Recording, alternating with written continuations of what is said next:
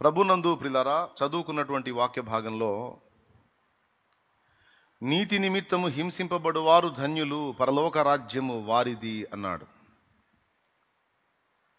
పరలోక రాజ్యము వారిది అనే మాట రెండు సందర్భాల్లో ఇక్కడ ప్రస్తావించాడు. ఒకటి, ఆత్మ విషయమై దీనులైన వారు ధన్యులు, పరలోక రాజ్యము వారిదన్నాడు. రెండవది, నీతి నిమిత్తం హింసింపబడువారు ధన్యులు, పరలోక రాజ్యం వారిది. ఆత్మ నిమిత్తం దీనులైన వారు, అలాగే నీతి నిమిత్తం హింసింపబడువారు. ఆత్మ విషయమై అన్నా ఆత్మ నిమిత్తం అన్నా దాదాపు ఈక్వల్ అర్థమే వస్తుంది. ఇంకా దాన్ని విభజించి మాట్లాడుకోవటానికి ఆత్మ విషయమై ఆ విషయం అన్న దగ్గర తీసుకొని వేరే కోణంలోకి వెళ్ళొచ్చు, నిమిత్తం అని తీసుకొని ఇంకో కోణంలోకి వెళ్ళొచ్చు ఒక అంశాన్ని విశ్లేషించేటప్పుడు. సరే, నేను ఆత్మ నిమిత్తమై దీనులైన వారు ధన్యులు, పరలోక రాజ్యము వారిది అంటాను. ఆత్మ విషయమై అన్నది కాకుండా ఆత్మ నిమిత్తమై దీనులైన వారు ధన్యులు అంటాను. అసలు ఆత్మ నిమిత్తమై దీనులైన వారేమిటి? పరలోక రాజ్యము నిమిత్తము దీనత్వం ఏంటి అనేది ఒక చిన్న ప్రశ్న వివరించుకుందాం. లోకంలో చాలామంది మనుషులు ఉన్నారు. వాళ్ళు మనలాగే కష్టపడి పని చేసుకుంటున్నారు, పావుల బెడ సంపాదించుకుంటున్నారు, బ్రతుకుతున్నారు. ఈ భూమి మీద అందరూ వేటి కోసం అయితే తిప్పలు పడతారో వాటి కోసం వాళ్ళు కూడా కష్టపడుతున్నారు, మన తోటి మనుషులు. అందరి పాటలు, అందరి అన్వేషణ, అందరి తిప్పలు ఈ భూమి మీద ఉండేటువంటి జీవితానికి కావాల్సినవి సమకూర్చుకోవటమే. ఉదయం లేచిన దగ్గర నుంచి సాయంత్రం నిద్రపోయే వరకు మనకు కావాల్సినటువంటి వనరులు, డబ్బు ద్వారా వచ్చేటువంటి సకల సదుపాయాలు. ఎందుకంటే మనం ఉన్నంత వరకు మనకేది కొదువు కావడదు. ఉండే నివాసం కానీ, తినే తిండి కానీ, కట్టే బట్ట కానీ, పిల్లల ఫీజులు కానీ అన్నీ కూడా సమకూర్చుకోవాలి. కుటుంబ వ్యవస్థను నడపాలి. కాబట్టి అందరి రంది, తపన, దృష్టి ఉదయం లేచిన దగ్గర నుంచి సాయంత్రం నిద్రపోయిన దాకా సంపాదన సంపాదన సంపాదన అనే ధ్యాసలోనే ఉంటారు. జీవితం ప్రారంభం నుంచి ముగింపు దాకా సుమారుగా ఒక 70 సంవత్సరాలు ఏ సమస్య లేకుండా మనం ప్రయాణం చేస్తే 70 × 365 ఈజీ గోల్డ్ చేసి నాకు చెప్పండి. 70 × 365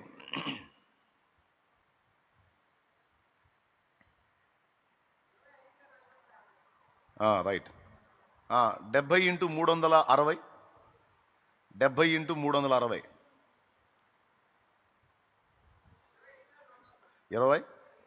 25,200. ఏమయ్యా, ఏ ఇబ్బంది లేకుండా, మనకి ఏ ప్రమాదాలు జరగకుండా, ఏ తెగుళ్ళు రాకుండా, ప్రతిరోజు మనకి క్షేమంగా దొర్లిపోతే 70 ఏళ్ళు నిండా మనం బతికితే, మోషే చెప్పిన ఆయుష్కాలం, నరుని ఆయుష్కాలం 70 సంవత్సరాలు, అధిక బలం ఉంటే 80 ఏళ్ళని 90వ కీర్తనలో చెప్పాడు. ఆ ప్రకారం చూసుకుంటే 70 ఏళ్ళు ఏ డోకా లేకుండా, మనకి ఇబ్బంది లేకుండా బతికితే టోటల్గా మనం బతుకుతున్న రోజులన్నీ కూడా 25,200 రోజులు అన్నారు. సంవత్సరానికి 360 రోజుల కాడికి లెక్కేసుకుంటే, 365 లెక్కేసుకుంటే ఇంకొన్ని రోజులు పెరుగుతాయి. టోటల్గా భూమి మీద మన మనుగడ 70 ఏళ్ళు నిండా బతికితే మనం బతుకుతున్న రోజులు 25,000 చిల్లర. అంటే పట్టుమని 30,000 రోజులు కూడా లేవు, 30,000 రోజులు కూడా లేవు. ఒకవేళ 100 ఏళ్ళు బతికామనుకో, 100 సంవత్సరాలు మనం బతికితే 100 × 360 36,000 రోజులు. అంటే మన రోజులన్నీ కూడా వేలల్లోనే ఉన్నాయి కానీ లక్షల్లో, కోట్లలో అయితే లేవు. 70 ఏళ్ళు బతికితే 25,000 రోజులు, 100 ఏళ్ళు బతికితే 36,000 రోజులు. అంటే ఆ తర్వాత ఎంత పోటుగాడైనా సరే ఉండటానికి లేదు. 70 దాటిన దగ్గర, 70కి వచ్చేటప్పటికే దాదాపు సిస్టంలో ఎక్కడో చోట రిపేర్లు వస్తూ ఉంటాయి. ఏంటి, ఇక 70 దాటిన దగ్గర నుంచి ఎప్పుడు పిలుపు వచ్చిందో తెలియదు. టోటల్ లైఫ్ అది. చూస్తానే బాల్యం అయిపోయింది, చూస్తానే యవ్వనం అయిపోయింది, చూస్తానే పిల్లల్ని కానీ పిల్లల భవిష్యత్తును ఆలోచించే పరిస్థితి వచ్చింది. నల్లగా ఉన్న జుట్టు కాస్త తెల్లబారిపోయింది. చాలా మంచి ముఖ వర్చస్సు కలిగినటువంటి పరిస్థితి మారిపోయి ముడతలు వచ్చేసింది. ఒకవేళ ఇప్పటిదాకా రాకపోతే ఇక ముందు వచ్చింది. ఒక పుష్పం పొద్దున పూసి సాయంత్రానికి వాడిపోయినట్టుగా పొద్దున్నే ఆ మంచు బిందువులు దాని మీద పడి నవనవలాడుతా చాలా కళగా ఉంటుంది. చూస్తానే ఎండ కొట్టే కొద్ది మారిపోతా సాయంత్రానికి వాడిపోయింది. ఆ పువ్వు మాదిరిగా మన జీవితం ఒక్క రోజులోనే పుష్పం వాడిపోయినట్టు మన బ్రతుకు మొత్తం కలిపి కొన్ని వేల రోజుల్లోనే వాడిపోతుంది. అది కూడా ఏ తెగుళ్ళు, ఏ ప్రమాదాలు, ఏ విధమైన ఇబ్బందులు ఎదురుగాకుండా కొనసాగితే. దినగండం 100 ఏళ్ల ఆయుష్ అన్నారు. దినగండం కాదు, క్షణగండం. ఏ క్షణాన అయిపోతామో తెలియని బతుకు కదా. ఆయుష్ ఏమో 100 ఏళ్ళు, కానీ ప్రతి క్షణం గండమే. ఇది మనిషి బ్రతుకు. కాబట్టి భూమి మీద ఉన్నంత వరకు మనుగడ సాగించడం కోసం కష్టపడాలి, సంపాదించుకోవాలి, భార్య బిడ్డల్ని పోషించుకోవాలి, మంచిదే. కానీ ఇంతవరకే జీవితం, ఇదే లైఫ్ అని చాలా మంది భ్రమలో బ్రతుకుతున్నారు. కానీ ఇది కేవలం మనకివ్వబడినటువంటి పెద్ద జీవితంలో చాలా చిన్ని భాగము అనే సంగతి ప్రజలు గుర్తించట్లా. చాలా చిన్ని భాగం. 30 సంవత్సరాల ఉద్యోగాన్ని నీకు ఇవ్వడానికి ఒక 6 నెలల ట్రైనింగ్ లాగా. 30 సంవత్సరాలు ఎక్కడ ఏమండి? లేకపోతే 25 ఏళ్ళకి నీకు జాబ్ వచ్చిందంటే 35 ఏళ్ళ జాబ్ నువ్వు చేయడానికి ఒక 6 నెలలు నీకు ట్రైనింగ్ లాగా. 6 నెలలు ఎక్కడ, 35 సంవత్సరాలు ఎక్కడ? ఈ కొద్ది జీవితమే టోటల్ లైఫ్ మొత్తం, ఇంకా దీని తర్వాత ఏమీ లేదు అని లోకంలో చాలా మంది అనుకుంటున్నారు. వాళ్ళ శరీరాన్ని గురించి, శరీర సంబంధమైన జీవితాన్ని గురించి వాళ్ళు ఆలోచిస్తున్నారు. కానీ వాళ్ళ ఆత్మీయ స్థితిని గురించి, అరే మనం ఆత్మగా ఉన్నాం, ఎంత బతికినా ఒక ముగింపు అనేది ఉంది. నాకంటే చిన్నోళ్ళు వెళ్ళిపోయారు, నాకంటే పెద్దోళ్ళు వెళ్ళిపోయారు, నేను ఉన్నాను. నాకెప్పుడు పిలిపి వచ్చిందో తెలియదు. అసలు మనిషి ఎందుకు పుట్టాడు, ఎందుకు బతుకుతున్నాడు, చచ్చెక్కడికి వెళ్తున్నాడు అన్న క్వశ్చన్స్ లేవు. కొద్దిమందికి ఆ ప్రశ్నలు వచ్చినాయి. వచ్చిన వాళ్ళు దాన్ని తెలుసుకోవడానికి దేవుణ్ణి వెతికారు, దైవాన్వేషణ చేశారు. అసలు మానవుడికి జీవితం ఎందుకు వచ్చింది, ఎవరిచ్చారు, ఎందుకు ఇలాగా ఇన్ని మలుపులు తిరుగుతుంది, చివరికి ఎందుకు ముగిస్తుంది, చనిపోయిన తర్వాత ఆత్మ ఎక్కడికి వెళ్తుంది, ఆత్మ అనేది ఒకటి ఉందా, ఉంటే అది ఎక్కడికి వెళ్తుంది, లేకపోతే మరణంతోనే ముగింప, ఇంకెంతకు మించి లైఫ్ ఏం లేదా అనే ప్రశ్న బహు కొద్ది మందికి వస్తుంది జనంలో. ఆ ప్రశ్న పుట్టినవాడు అన్వేషిస్తున్నాడు. అలా అన్వేషించిన వాళ్ళు దేవుణ్ణి కనుగొంటున్నారు, తెలుసుకుంటున్నారు. ఎందుకంటే వెదకుడి మీకు దొరుకును, అడుగుడి మీకు ఇయ్యబడును, తట్టుడి మీకు తీయబడును అన్నాడు కదా. నన్ను శ్రద్ధగా వెతుకువారు నన్ను కనుగొందురు అన్నాడు దేవుడు. నన్ను శ్రద్ధగా వెతుకువారు నన్ను కనుక్కుంటారు అన్నాడు. పరిస్థితులన్నీ బాగున్నప్పుడు ఈ ప్రశ్న రాకపోయినా, కనీసం కొన్నిసార్లు విషాదకరమైన పరిస్థితులు ఎదురైనప్పుడైనా మనిషికి ఇలాంటి ప్రశ్న రావాలి. ఒక దశలో నాకు రాలేదు, కానీ నా ఇంట్లో కూడా ఒక విషాదకరమైన సంఘటన జరిగినప్పుడు నాకు కూడా ఈ ప్రశ్న తారసిల్లింది. మా ఇంట్లో కూడా ఒక మరణం సంభవించినప్పుడు నాకు ఈ ప్రశ్న తలెత్తింది. అప్పటిదాకా మాలో ఒక్కతిగా ఉన్న మా సోదరి ఇంత చిన్న వయసులో, దాదాపు 27 సంవత్సరాల ప్రాయములో ఒక చిన్న ఇన్సిడెంట్తో కరెంట్ షాట్ కొట్టి క్షణంలో చనిపోయింది. ఇంకెప్పటికీ మళ్ళీ ఈ భూమి మీద నేను బతికున్నంత వరకు ఆమెను కలుసుకునే ఛాన్స్ లేదు. ఇప్పటిదాకా ఇంతవరకు మాతో ఇంత అనుబంధంగా ఉండి ఈ మనిషి ఎక్కడికి వెళ్ళింది అంటే, ఇక ఒక బొమ్మలాగా ఇప్పటిదాకా పనిచేసిన బొమ్మ పనికి రాకుండా అయిపోయిందా, లేకపోతే ఆత్మ అనేది ఒకటి ఉందా, ఉంటే ఆత్మ ఎక్కడికి వెళ్ళింది అనే అన్వేషణ అప్పుడు స్టార్ట్ అయింది. అంతకుముందు కూడా కొంచెం అప్పుడప్పుడు డౌట్ ఉండే, కానీ పెద్దోళ్ళు చెప్తున్న మాటలు, ముసలోళ్ళు చెప్తున్న మాటలను బట్టి ఈ సంఘటన జరిగిన తర్వాత అది బలపడింది. తర్వాత నాకు దాన్ని గూర్చిన సత్యం ఎవరు చెప్తారు? ఆత్మను గూర్చిన సత్యం ఎలా తెలిసిద్ది అనే ఒక ప్రశ్న ఒక పక్క, బాధలో ఒక పక్క. టోటల్గా ఒక సమయంలో దేవుడు దర్శించటం, మనోనేత్రాలు వెలిగించటం, సత్యం ఏదో అర్థం కావటం, టోటల్గా తెలుసుకున్నా. ఇక్కడ కూర్చున్న మీరు కూడా ఎవరెవరు ఎలాంటి పరిస్థితుల్లో ప్రభువుని తెలుసుకున్నారో, ఆత్మ విషయం తెలుసుకున్నారో నాకు తెలియదు, కానీ మొత్తానికి ఎక్కువ శాతం మంది కొన్ని చేదైన అనుభవాల్లోనే దేవుణ్ణి తెలుసుకున్నారు. మధురమైన అనుభవాలు అయితే కాదు, చేదైన అనుభవాల్లోనే సృష్టికర్తను వెతికారు, ఆత్మను గురించి తెలుసుకున్నారు, యేసయ్యకి కనెక్ట్ అయ్యారు. ఎంతమంది ఒప్పుకుంటారు ఈ మాటతో? చేదైన అనుభవాలే మనల్ని టర్న్ చేసినాయి దేవుని వైపు. బాగుంది. మనకు ఎదురైన అనుభవాలే లోకంలో చాలా మందికి ఎదురవుతున్నాయి, కానీ వాళ్ళు వెతకట్లా. వెతికిన వాళ్ళకి దొరుకుతాడు ఆయన, వెతకని వాళ్ళకి ఏం దొరుకుతాడు?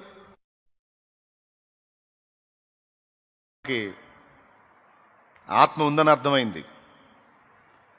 మనం మరణించిన తరువాత మన శరీరంలో నుండి జీవాత్మ వేరవుతుంది అన్న సంగతి అర్థమైంది.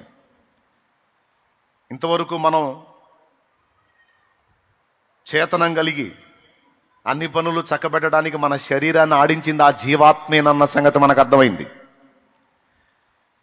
ఆ జీవాత్మ మన నుండి వెళ్ళిపోయిన తరువాత ఇంత బలమైన శరీరం కూడా అచేతనంగా పడుంట తప్ప, చైతన్యాన్ని కోల్పోతుంది తప్ప ఇక అది ఏమీ చెయ్యలేదన్న సంగతి అర్థమైంది. వాడు పైలువానైనా సరే జీవాత్మ పోయినప్పటికి వాడు శవమే, కదలడిగా వాడు బొమ్మే. అంటే జీవాత్మ లోపల ఉన్నంత వరకు ఈ బొమ్మ ఆడిందన్నమాట, తోలు బొమ్మలాగా. ఆ జీవాత్మ డివైడ్ అయిపోయేసరికి ఈ దేహం కాలు పనిచేయటల్లా, చెయ్యి పనిచేయటల్లా. అంటే ఇంతవరకు ఇందులో ఉండి ఆడించిందేది జీవాత్మ. Praise the Lord. పేరు కూడా ఆత్మకే, శరీరానికి కాదు. వెంకట్రావు అంటాం. వెంకట్రావు అనే జీవాత్మ వెళ్ళిపోయిన తర్వాత మిగిలిన బాడీ పేరు శవం, మృతదేహం, డెడ్ బాడీ. అది అవునా? మనకున్న అనుబంధ బాంధవ్యాలు కూడా ఆత్మలకే లింక్ అయినాయి కానీ శరీరాలకు కాదు. తల్లి బిడ్డను ఎంతో ప్రేమిస్తుంది. బిడ్డ శరీరాన్ని ప్రేమించిద్దా, ఆత్మను ప్రేమించిద్దా అని ప్రశ్నించుకుంటే ఆత్మనే.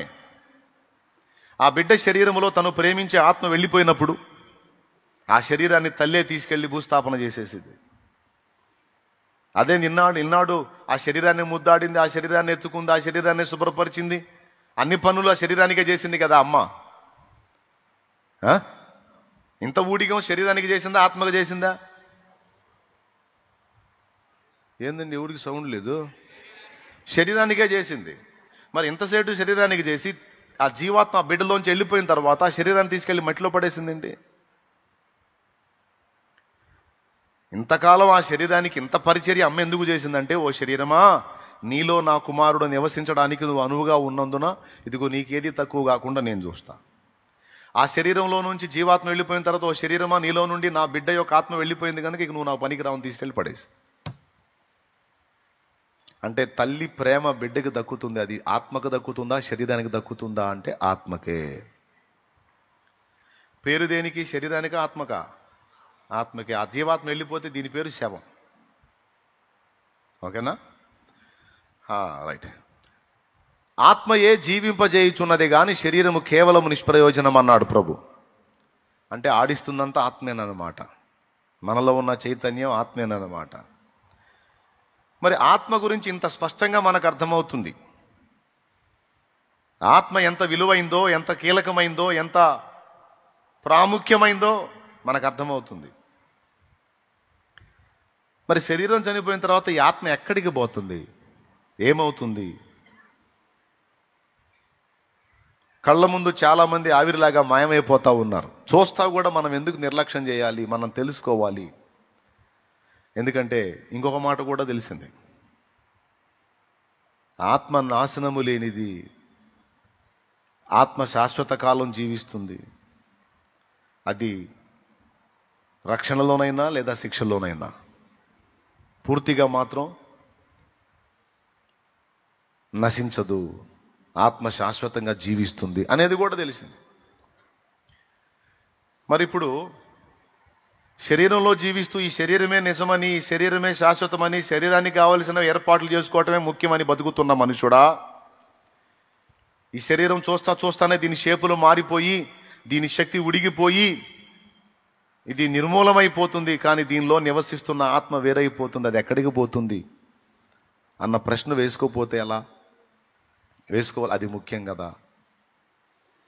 ఆత్మ ఎక్కడికి పోతుంది అని వెతికితే, ముస్లింలు నమ్ముతున్న ఖురాన్ షరీఫ్ చదివినా, హైందవ సోదరులు నమ్ముతున్న గరుడ పురాణం చదివినా, క్రైస్తవులు నమ్ముతున్నటువంటి బైబిల్ పరిశుద్ధ గ్రంథం చదివినా, మూడింటిలోనూ ఒకటే సత్యం వెల్లబడింది.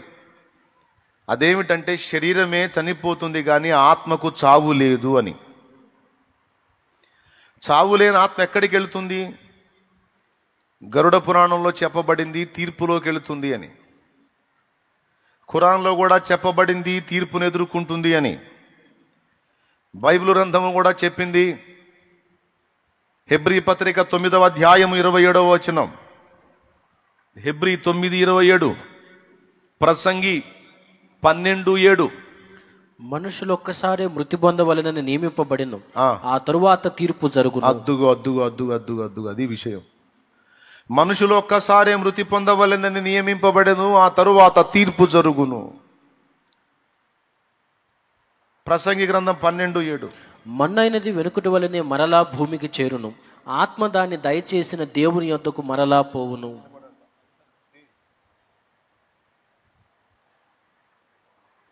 స్తోత్రం చెప్పండి గట్టిగా. ఇక్కడేమన్నాడు? మన్నైనది వెనకటి వలె మరలా భూమికి చేరును, ఆత్మ దాన్ని దయచేసిన దేవుని యొద్దకు మరలా పోవును. ఆత్మ దేవుని యొద్దకు మరలా పోవును అన్నాడు. ప్రసంగి తీర్పు పొందటానికి పోయిద్ది అని. Praise the Lord. ఎందుకు వెళ్ళిద్ది? తీర్పు పొందటానికి వెళ్ళిద్ది. అంటే ఆత్మ సజీవమే, ఆత్మ దేవుని ఎదుర్కొంటుంది, ఆత్మ దేవుని జడ్జిమెంట్లోకి వచ్చిద్ది. శరీరం చచ్చిద్ది కానీ ఆత్మ చావదు. అది సరే, తీర్పులో ఏమొస్తాయి? అప్పటిదాకా భూమి మీద ఈ శరీరములో ఆత్మ జీవించినంత కాలం ఆ శరీరంతో ఈ ఆత్మ ఏమేం చేసింది అవన్నీ కూడా జడ్జి చేయబట్టానికి, దేవుని ముందు తీర్పు పొందడానికి మొత్తం లెక్కలోకి వస్తాయి. భూమి మీద ఈ శరీరంలో జీవించినంత కాలం మానవుడు చేసినటువంటి ప్రతి పాపము, ప్రతి నీతి కార్యము రెండు పరిగణలోకి వస్తాయి. ఇక్కడ పరిశీలించుకుంటే ఒక బైబిలే కాదు, మిగిలిన మత గ్రంథాలు కూడా చెప్పాయి ఆత్మకు చావు లేదు, ఆత్మకు చావు లేదు, ఆత్మకు చావు లేదు. కొంతమంది అన్నారు ఆత్మ చనిపోదు, శరీరాన్ని వదిలిపెట్టి మళ్ళీ ఇంకో శరీరంలోకి వెళ్తుంది, మళ్ళీ అది వదిలిపెట్టి ఇంకో శరీరంలోకి వెళ్తుంది, ఇట్లాగా శరీరాలు మార్చుకుంటూ ఉంటుంది అని కొంతమంది వేదాంతులు చెప్పారు. అది రైట్ కాదు. ఎందుకంటే వాళ్ళు నమ్ముతున్నటువంటి సాహిత్యాల్లోనే గరుడ పురాణం చెప్పింది తీవ్రంగా శిక్షలు ఉంటాయని. గరుడ పురాణంలో చనిపోయిన మానవుని ఆత్మని యమధర్మరాజు కొలువులోకి తీసుకెళ్తే అక్కడ జడ్జి జరిగిద్దట, తీర్పు జరిగిద్దట, జడ్జిమెంట్. తీర్పు జరిగిన తరువాత వాడు చేసిన పాపాలన్నిటికీ శిక్షలు ఉంటాయంట, భయంకరమైన శిక్షలు. కుంభీపాక నరకం అని రకరకాల పేర్లు ఉంటాయి అందులో. ఇక మానవుడి ఆత్మని యాతన పెట్టేటువంటి ప్రదేశాలకు తీసుకెళ్ళి వీడిని చిత్రవధ చేస్తారంట. వీడి భూమి మీద చేసిన పాతకాలకి అందులో రాసుంది గరుడ పురాణంలో. అయితే బైబిల్లో ఏం చెప్పాడంటే వాళ్ళని శూలాలతో పొడుస్తారు, కత్తులతో పొడుస్తారు, క్రూర జంతువుల మధ్య వేస్తారు, ఇవన్నీ ఏం చెప్పలేదు బైబిల్లో. బైబిల్లో ఏం చెప్పిందంటే అగ్ని ఆరదు పురుగు చావదు, అగ్ని ఆరదు పురుగు చావదు, దాని పేరు నరకం. ఆ నరకంలో మానవుని ఆత్మ అలాగుండిపోవాల్సిందే, ఆ యాతనాకరమైన స్థలములో అనే మాట బైబిల్ చెప్పింది. కొంతమందికి ఒక డౌట్ వచ్చింది, అన్నయ్య మొత్తం బతుకంతా కలిసి 70 ఏళ్ళు లేదా 80 ఏళ్ళు 100 ఏళ్ళు వేసుకో, ఈ 100 ఏళ్ల జీవితంలో చేసిన పాపాలకి లేదా 80 ఏళ్ల జీవితంలో చేసిన పాపాలకి సంవత్సరాలు యుగ యుగాలు అగ్నిలో తగలబెట్టడం ఏమన్నా న్యాయంగా ఉందా? ధర్మ సందేహాలు వస్తాయి కదా. ఏదన్నా ఒక 70 ఏళ్ళు బతికాడు, 70 ఏళ్ళు పాపం చేసాడు, ఒక 70 ఏళ్ళు కాల్చు, తర్వాత తీసేయి. అవునా? అంతేగాని ఆత్మను తీసుకెళ్లి యుగ యుగాలు అగ్ని ఆరని పురుగు చావని ఆ ఘోరమైన స్థితిలో యుగ యుగాలు కాల్చడం ఏందన్నా? అబ్బే, అసలు ఇది న్యాయమైన తీర్పు కాదు అని ఒక డౌట్ వచ్చింది. మీకు ఎప్పుడన్నా వచ్చింది ఎట్లాంటి డౌట్? మీకు రాదు, నాలాంటి వాడికి వచ్చింది. నాకు వచ్చిందిలే, అందుకని చెబుతున్నాను నేను. దేవునికి స్తోత్రం చెప్పండి గట్టిగా. దేవుడిని అడిగాను నేను, దేవా మరి బతికేది 70-80 ఏళ్ళు అయితే, లేదా ఒక 90 ఏళ్ళు అయితే 100 ఏళ్ళు అనుకో, 100 ఏళ్ళు చేసిన పాపాలకి నువ్వు 1000 సంవత్సరాలు వేల సంవత్సరాలు అగ్నిలో ఇటువైంది, ఏం తీర్పది? ఇది ఎలా న్యాయం అంటే, దేవుడిచ్చిన సమాధానం ఏంటంటే, అదే 70-80 ఏళ్ళ 90 ఏళ్ల జీవితంలో నువ్వు క్రమంగా నడుచుకున్నట్టయితే, ఆత్మరక్షణ పొందినట్టయితే, యుగాయుగాలు నేను నిత్య జీవములో నిత్య ఆనందంలో ఉంచుతానన్న సంగతి అడగలేదేందన్నాడు. అదైనా యుగయుగాలే, ఇదైనా యుగయుగాలే, నీ ఇష్టం. ఏమైనా అర్థమైందా? ఆ 70-80-90 ఏళ్ల జీవితం నువ్వు క్రమంగా జీవించు, నేను చెప్పిన రక్షణ మార్గంలోనికి రా, జాగ్రత్త పడు. అప్పుడు యుగాయుగాలు అంతములే నీ రాజ్యములో ఎల్లప్పుడూ నువ్వు హాయిగా ఉండొచ్చు. మీరైనా ఏం చేస్తారు కుమారుడా? గట్టి గింజల్ని బస్తాలో వేసుకొని మెట్టుకట్టుకుంటారు, పొట్టునేం చేస్తారా అన్న. పొట్టునేం చేస్తా, పొయ్యిలేస్తాం దేవా అన్న. నేను చేసేది కూడా అంతేరా అన్న. దేవునికి స్తోత్రం కలుగునుగాక. గట్టి గింజలుగా నిగ్గుదేలిన వాళ్ళని నిత్య జీవంలో చేరుస్తాను, పనికిరాని పొట్టు లాంటి వ్యక్తుల్ని ఆరనగిలో కాల్చి బూడిచ్చేస్తా, అంతే. ఏమైనా అర్థమైందని చెప్పింది? ఒకటే న్యాయం. అదైనా 1000 సంవత్సరాలే, ఇదైనా 1000 సంవత్సరాలే. కాబట్టి ఇప్పుడు మానవుని ఆత్మ మరణానంతరం తీర్పులోకి వెళ్తుంది అనేది మనకు అర్థమైంది. ఈ తీర్పులోకి వెళ్ళినప్పుడు ఏం లెక్కలోకి వస్తాయంటే, భూమి మీద మనిషి జీవించినంత కాలం నడక, పడక, తలంపు, ఆలోచన, మాట, క్రియ, చేష్ట సమస్తములో ఉన్న పాపములన్నీ అక్కడ ప్రశ్నించడం జరుగుతుంది. భూమి మీద జీవించిన జీవితంలో వీడు చేసిన పాతకాలన్నీ ప్రశ్నించడం జరుగుతుంది. ఒకవేళ నిర్దోషిగా కనబడితే నిత్య జీవానికి, దోషిగా కనబడితే నిత్యమైన తీర్పుకి వెళ్ళిపోతాడు. ఇప్పుడు మనల్ని మనం పరిశీలించుకుందాం. మనం పాపం చేయలేదా? మన దగ్గర ఒక పాపం కూడా లేదా అంటే ఎవరికీ ధైర్యం లేదు. నేనే పాపం చేయలేదని చెప్పడానికి ధైర్యం లేదు. ఎందుకంటే పాపం అనేది మనం భూమి మీద పుట్టిన తర్వాత, మనకి తెలివి వచ్చిన తర్వాత మనం చేస్తే వచ్చింది కాదు. పాపం అనేది ఒక రోగములాగా మనకు తెలియకుండానే మన శరీరములోనికి ప్రవేశించింది. ఇక్కడ ఇంతమంది ఉన్నారు, ఒకళ్ళన్నా చేయెత్తుతారా? పుట్టింది మొదలుకొని ఇప్పటిదాకా ఒక్క పాపం కూడా చేయలేదని. దమ్ముంటే చేయొద్దండి, ఒక్క పాపం కూడా చేయలేదని. పొరపాటున చెయ్యి ఎత్తితే అదే పెద్ద పాపం అయింది. స్తోత్రం, హల్లెలూయా. ఎందుకంటే నువ్వు చేయలేదని చెయ్యి ఎత్తావంటే వాక్యం అబద్ధమైపోయిద్ది. మనము పాపము చేయలేదని చెప్పుకునేలా ఆయనను అబద్ధీకునిగా చేసిన వారం అగుతాం. వాము, ఇది పెద్ద పాపం. లేదన్నయ్య, చిన్నయో పెద్దయో కొన్ని పాపాలు నా జీవితంలో ఉన్నాయి అన్నోళ్ళు చేతులు ఎత్తండి. సరిగా చేతులు ఎత్తాలి మీరు. చిన్నయో పెద్దయో కొన్ని తప్పులు పాపాలు నా దగ్గర కూడా ఉన్నాయి అన్నోళ్ళు చేతులు ఎత్తండి. స్తోత్రం చెప్పండి.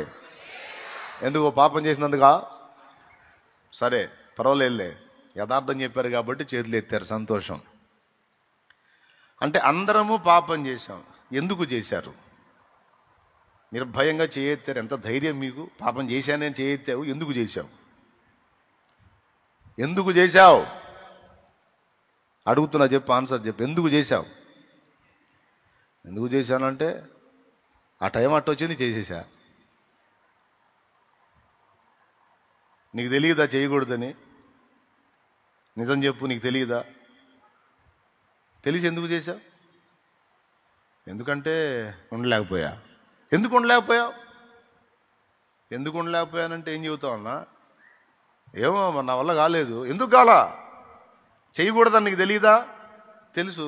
తెలిసి ఎందుకు చేశా? నాకు తెలుసు చేయకూడదని, మరి ఏం చేద్దాం, అట్ట అయిపోయింది. అదే సమాధానం. ఇప్పుడు నీకు సమాధానం నేను చెప్తా. ఇన్ను ఎందుకు చేశావో చెప్తా. నువ్వు చేసినందువల్ల వచ్చింది కాదు పాపం. పాపం అనేది నీలో ఉన్నందు వలననే నువ్వు అది చేశావు. అది విషయం. ఎందుకు కొట్టారు? ఎందుకు కొట్టారు? ఏమో మొత్తానికి ఏదో బాగా అనిపించింది కొట్టా. జాగ్రత్తగా వినండి నేను చెప్పాయి. మీరు బాప్తీసం పొందడానికి వచ్చారు చాలామంది, అందుకని నేను ఇక్కడే కాదు, నేను నీళ్ళ దగ్గరకు తీసుకెళ్ళి కూడా అడుగుతా. మీరు అక్కడ పొళ్ళికిలు ఇస్తే ఇంటికి పంపిస్తా. మీరు ఎంత దూరం నుంచి వచ్చినా సరే నేను ఈను. అందుకే నేను చెప్పే జాగ్రత్తగా వినాలా. వీటన్నిటిలో కొన్ని అడుగుతా. ఇంత మ్యాటర్ చెప్పి మొత్తం అడగను, ప్రసంగం అంతా చేయండి అని. ప్రసంగంలో కొన్ని కీలకమైనవి ఉంటాయి, వాటిని అడుగుతా. మీరు చెప్పాలి, నాకు చెప్తే ఇస్తా బాప్తీసం, లేకపోతే ఇవ్వను. మొహమాటమే లేదు. మళ్ళీ ఇప్పుడు కొంతమంది టెన్షన్ స్టార్ట్ అయింది, నాకు ఇస్తాడో ఈడో ఇస్తాడో.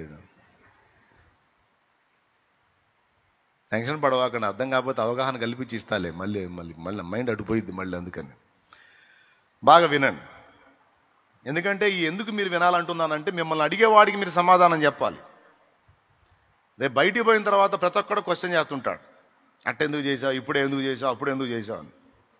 ఎవరు అడిగినా కూడా వాడికి ఆన్సర్ చేయడానికి నీకు చెప్తున్నా మ్యాటర్. పాపం ఎందుకు చేసావా నేను అడిగితే, ఎందుకు చేశానో తెలియదు, జరిగిపోయింది అన్నావు. ఎందుకు జరిగింది, ఎందుకని నిగ్రహించుకోలేకపోయావు, ఎందుకని తమాయించుకోలేకపోయావు అంటే అది నీ వల్ల కాలేదు. ఎందుకంటే పాపము నీ శరీరములోనికి నీకు తెలియకుండానే ఒక జబ్బులాగా ప్రవేశించింది. తల్లిదండ్రులకి హెచ్ఐవి ఉంటే పుట్టే బిడ్డకు వానికి తెలియకుండానే హెచ్ఐవి వైరస్ ఉన్నట్టు. శరీరములో నుండి ఒక రోగం ఎలాగైతే వాని నుండి పుట్టిన బిడ్డకు సంప్రాప్తం అవుతుందో, పాప బీజము కూడా అలాగే సంక్రమించింది. దావీదు తను పాపం చేసినప్పుడు 51వ కీర్తనలో దేవుని ముందుకు పోయి ఏం చెప్పుకుంటున్నాడో తెలుసా? దేవా, నేను ఇప్పుడు పాపం చేసి పాపిని కావటం కాదయ్యా, నా పుట్టుకలోనే పాపం ఉన్నది ప్రభా. నా పుట్టుకే, తల్లి గర్భములో నేను పాపములోనే పుట్టాను, పాపములోనే నా తల్లి నన్ను గర్భమును ధరించినది. టోటల్ బీజమే పాప బీజంతో నేను వచ్చేసాను నాయన. దాని ప్రభావం నాలో పనిచేసింది. ఈ ఘట్టంలో దాన్ని గెలవలేకపోయాను, ఓడిపోయాను. నా ఎందుకు కనికరపడమని దేవుణ్ణి వేడుకున్నాడు. ప్రియులారా, మనము చేసినందున వచ్చింది కాదు పాపము. పాపం అనే బీజం మనలో ఉన్నందుననే మనం ఆ పని చేస్తున్నాం. మళ్ళీ ఒకసారి చెప్తాను. కొంతమంది బోధ మనం చేస్తే పాపం అన్నారు, చేయకపోతే పరిశుద్ధులం అన్నారు. లేదు లేదు లేదు. పాపం అనేది మన లోపల ప్రవేశించింది, ఒక జబ్బు మాదిరి. కాబట్టి మనం ఆ పాపములో కొనసాగుతున్నాం, పాపం చేస్తున్నాం. ఇది మనకు తెలియకుండా మనలోకి వచ్చింది. ఇది మీకు అర్థం కావాలి బాగా. అంటే మన ప్రమేయం లేదు, మన నిమిత్తం లేదు, మనం అమాయకులం.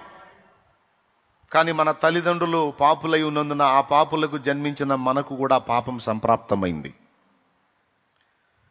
అందుకే మన మీద దేవుని కనికరం వచ్చింది. అందుకే మన మీద దేవునికి జాలి కలిగింది. అర్థమైందా? ఎందుకు కలిగిందంటే, పాపము మనకు తెలియకుండా మన లోపలికి ప్రవేశించింది. అది మనలో పనిచేస్తున్నందున మనం అలాంటి పనులు చేస్తున్నాం. పాపం వాళ్ళకు తెలియకుండానే వచ్చిన జబ్బుకి వాళ్ళు ఎందుకు బలి కావాలి? కాబట్టి వాళ్లకు తెలియకుండానే వాళ్ళు పాపులైనందున, వాళ్ళు పాప బీజం కలిగి ఉన్నందున, తత్ఫలితంగా వాళ్ళు పాపం చేస్తున్నందున, వాళ్ళు చేస్తున్న చర్యలు వాళ్ళు ఎరుగకయే చేస్తున్నారు. వాళ్ళ లోపల ఆ పాప బీజం పనిచేస్తుంది. అందుకే సిలువ మీద అన్నాడు, తండ్రి వీరు ఏమి చేయుచున్నారో వీరు ఎరుగరు అన్నాడు. అర్థమైందా మీకు ఆ మాట ఎందుకు అన్నాడో? వీరేమి చేయుచున్నారో వీరు ఎరుగరు, వీరిని క్షమించని ఎందుకు అన్నాడో తెలుసా? వారు ఎరుగకయే పాప బీజముతో పుట్టారు. వాడికి ఏం తెలుసండి? వాడికి హెచ్ఐవి ఉందని అమ్మా నాన్న కన్నారు వాడిని. తీరా భూమి మీదకి వచ్చిన తర్వాత వాడు పెరుగుతూ ఉన్నాడు. ఆ వ్యాధి లక్షణాలు వాళ్ళలో కనపడుతున్నాయి. హెచ్ఐవి జబ్బు లక్షణాలు వాళ్ళలో కనపడుతున్నాయి. ఒక హెచ్ఐవే కాదులేండి, ఇప్పుడు హెచ్ఐవి అంటే మళ్ళీ అదున్నోళ్ళు ఇబ్బంది పడతారు. హెచ్ఐవి పెద్ద సమస్య ఏం కాదు, రోగ నిరోధక శక్తి తగ్గే జబ్బు, అంత మించి ఏం లేదు. దానికంటే దాని బాబు లాంటి జబ్బులు చాలా ఉన్నాయి. ఎవరైనా అలాంటి బలహీనతలో ఉంటే ఏం భయపడొద్దు. కొద్దిగా ఇమ్యూనిటీ పవర్, రోగ నిరోధక శక్తికి సరిపోయినటువంటి ఆహారం తీసుకుంటే ఏ జబ్బు లేకుండా సంపూర్ణ ఆయుష్కాలం బతకొచ్చు. ఒకవేళ హెచ్ఐవి ఉంటే అదే పెద్ద ఇదిగా మీరు భయపడొద్దు. పుష్టికరమైన ఆహారం తీసుకోండి, ప్రశాంతంగా బతికేయచ్చు. ఇంకా దానికి మించిన జబ్బులు చాలా ఉన్నాయి. కాకపోతే ఇది మీకు ఈజీగా అర్థమైందని చెప్తున్నాను. దాన్ని తల్లిదండ్రి ఇద్దరు ఊపిరితిత్తుల జబ్బు గలవారనుకో, పుట్టే బిడ్డకు కూడా జబ్బు రావచ్చు పారంపర్యంగా. వాడికి తెలుసా వాడి సమస్యలో వాడి సంబంధం ఏమైనా ఉందా? వాడు అమాయకుడు, కానీ జబ్బు వచ్చింది. జబ్బు అంటూ వచ్చిందంటే ఆ లక్షణాలు వస్తాయా? వాడికి కూడా ఆయాసం వచ్చింది, దగ్గు వచ్చింది, అవునా? మరి ఇప్పుడు వాని మీద నీ కోపం వచ్చిద్దా? ఆ పుట్టిన పసిబిడ్డ ఏ వ్యభిచారం చేశాడని వచ్చింది వానికి? అది ఏం సిగరెట్లు బీడీలు తాగాడని వాడికి నెమ్మొచ్చింది? వాడికి ఏం తెలియదు, కానీ పితరులకు ఉంది, వాడికి వచ్చేసింది. వచ్చింది కనుక ఆ లక్షణాలు కనపరుస్తుంటాడు. కనపరిచినప్పుడు నీ కోపం వచ్చిద్దా, జాలేసిద్దా? పెద్దగా చెప్పండి, మైండ్ బాగున్న వాళ్ళందరూ చెప్పండి. కోపం వచ్చిద్దా, జాలేసిద్దా? అదే కనికరం, అదే జాలి మన మీద వచ్చింది ఆ కరుణామయుడికి, ఆ జీవంగల దేవుడికి వచ్చింది. అరే రే, తమ ప్రమేయం లేకుండానే పాప బీజంతో పుట్టి వీరు పాపం చేయుచున్నందున రేపు నా ఉగ్రతకు వీరు బలవుతారు గనుక అలా బలి కాకుండా నిమిత్తము వీరందరూ రక్షింపబడటానికి ఒక రక్షణ మార్గాన్ని నేనే చూపిస్తానని దేవుడు పతిత మానవుల పాప పరిహారార్థమై తానే బలియాగముగా శిలువ మీదెక్కి మన పాపములన్నిటికీ ప్రాయశ్చిత్తము చెల్లించి ఆయన రక్తము ద్వారా ಎಲ್ಲ మానవులకు రక్షణ ప్రసాదించాడు ఆయన ప్రభు అయిన యేసుక్రీస్తు. ఎవరి రక్తము ద్వారా? దేవుని రక్తము, దైవ రక్తము, యేసు రక్తము ద్వారా. ఓ సమస్త మానవులారా, మీరు పాపులు, పాపానికి జీతం మరణం, నరకం, నిత్య మరణం, నిత్య నాశనం, నరక శిక్ష. అది మీరు పొందకుండా ఉండటానికి మీ పాపముల కొరకు అదుగు ఆ శిలువ మీద వెల చెల్లించబడింది. ఆ శిలువ మీద నజరేయుడగు యేసు మీ పాపములకు ప్రాయశ్చిత్తంగా బలై తిరిగి లేచాడు.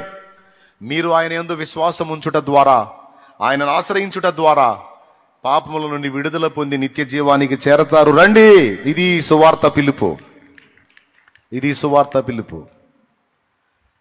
ఎల్ల మానవులారా రండి, దేవుని ఆజ్ఞ, దేవుని పిలుపు, రండి.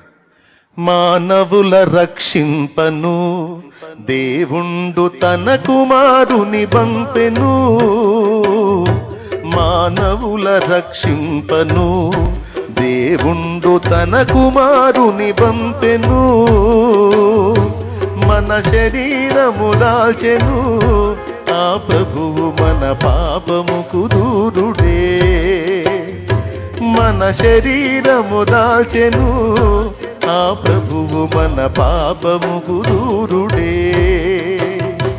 దేవుని ప్రేమ ఇదిగో జనులార భావంబునందెలియనే. దేవుని ప్రేమ ఇదిగో జనులార భావంబునందెలియనే. కేవలము నమ్ముకొనినా పరలోక జీవంబు మనకప్పును. కేవలము నమ్ముకొనినా పరలోక జీవంబు మనకప్పును. యేసుక్రీస్తను పేరున రక్షకుడు వెలసినాడిల లోపల. యేసుక్రీస్తను పేరన రక్షకుడు వెలసినాడిల లోపల. దోషకారి జనులతో ఎంతో సుభాషలను పలికినాడు. దోషకారి జనులతో ఎంతో సుభాషలను పలికినాడు. దోషులైన మానవులతో ఎంతో అద్భుతమైన విషయాలు పలికాడు. పాపులైన మనుషులతో ఎంతో ప్రేమగా మాట్లాడాడు ఆయన యేసు.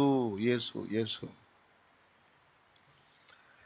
మన రక్షణ కొరకు పరలోక తండ్రి తన ప్రియ కుమారుని మన కోసం బలిగా అర్పించాడు. మన పాపములన్నీ ఆయన మీద మోపాడు. ప్రజలారా, ఇక పాపమును గూర్చిన భయము మీకు అక్కరలేదు.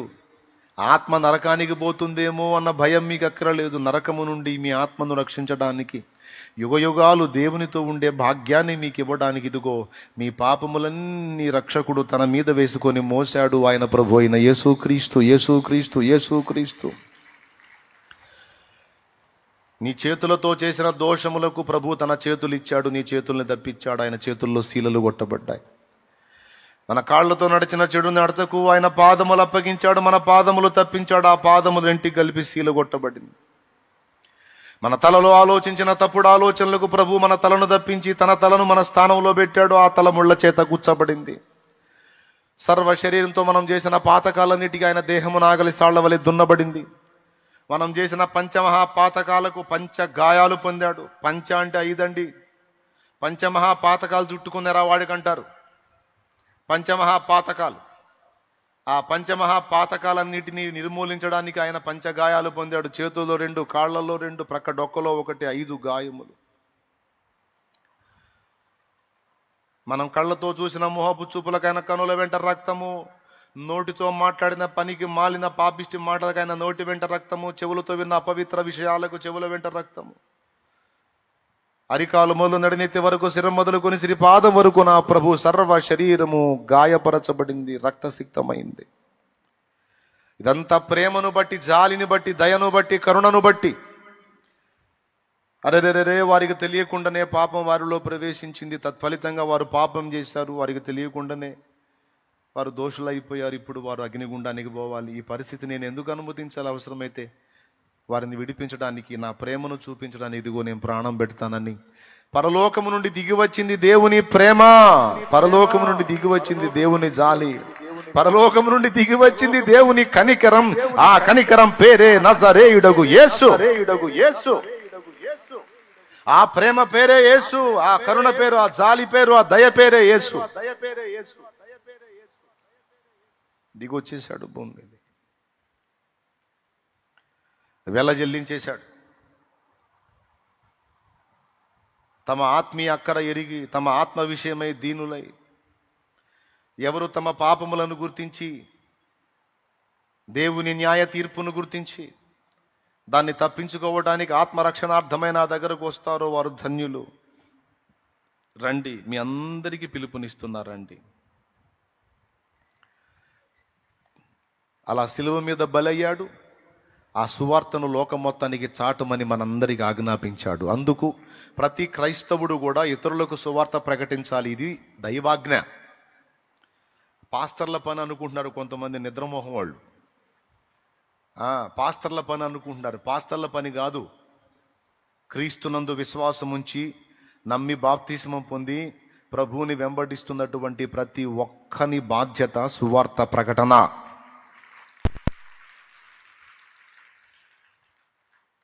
అర్థమైందా? సువార్త అందరూ చెప్పాలి. అది అందరికీ దేవుడిచ్చిన ఆజ్ఞ.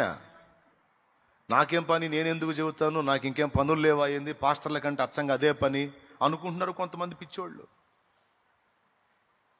సువార్త ప్రకటన అనేది అందరూ చేయాలి. అందరూ చేయాలి. నీకు అవకాశం ఉన్నంత వరకు, నువ్వు బ్రతికున్నంత వరకు, నీ ఊపిరి ఉన్నంత వరకు, ప్రతి దినము ఎక్కడో చోట ఏదో ఒక అవకాశాన్ని వినియోగించుకొని నువ్వు సువార్త చెప్పాలి. ఇది నీకు నాకు దేవుడు అప్పగించిన నైతిక బాధ్యత. నువ్వు చెప్పినా వినకపోతే నీకు సంబంధం లేదు. ఇక తీర్పు వాడికే. రేపు దేవుడు ఏమడుగుతాడో తెలుసా? చాలా మందిని జడ్జిమెంట్లోకి వెళ్ళిన తర్వాత, తీర్పులోకి వెళ్ళిన తర్వాత, పాపం ఎందుకు చేసావరా అని అడగడు. పాపం చేసావు, నువ్వు చేసావు, వీళ్ళు కూడా చేశారు, అందరూ చేశారు.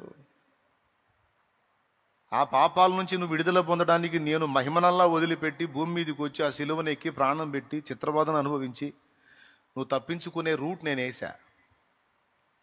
తప్పించుకునే అవకాశం నేను నీకు ఇచ్చా. ఆ పాపాలు కడిగేసుకునేదానికి నా రక్తం చిందించా. ఎందుకు కడుక్కోలేదురా అని అడుగుతాడు. దేవునికి స్తోత్రం. ఎందుకు కడుక్కోలేదమ్మా అని అడుగుతాడు.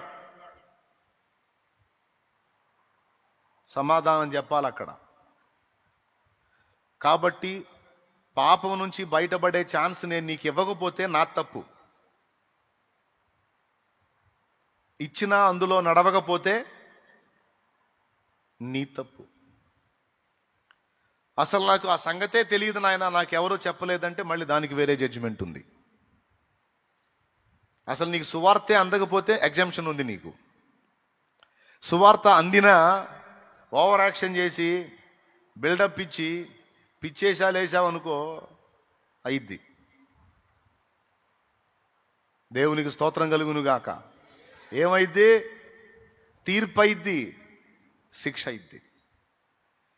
ఇంట్లోకి వస్తున్నారండి, వాకిట్లో బకెట్టు పాత్ర లోటా పెట్టాను, కాళ్ళు కడుక్కొని రండి అని ఉదాహరణకి.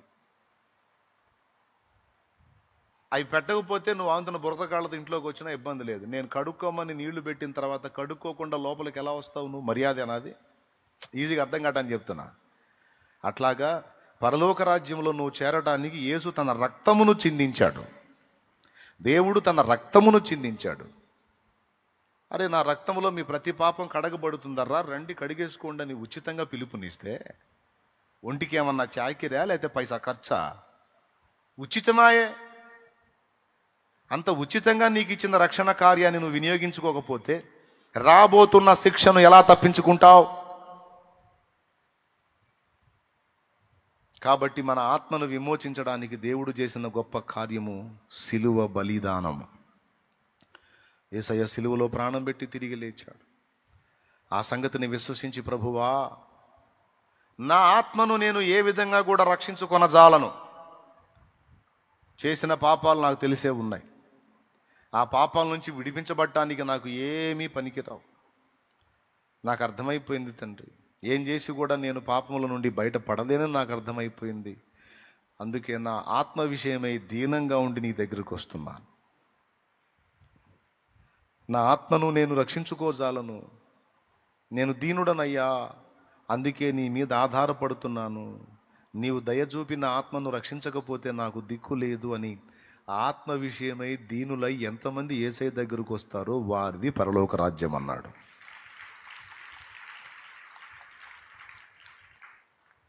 ఎవరిది పరలోక రాజ్యం? తమ ఆత్మ విషయంలో దీనులుగా సృష్టికర్త దగ్గరకు వచ్చిన వాళ్ళందరిది పరలోక రాజ్యం.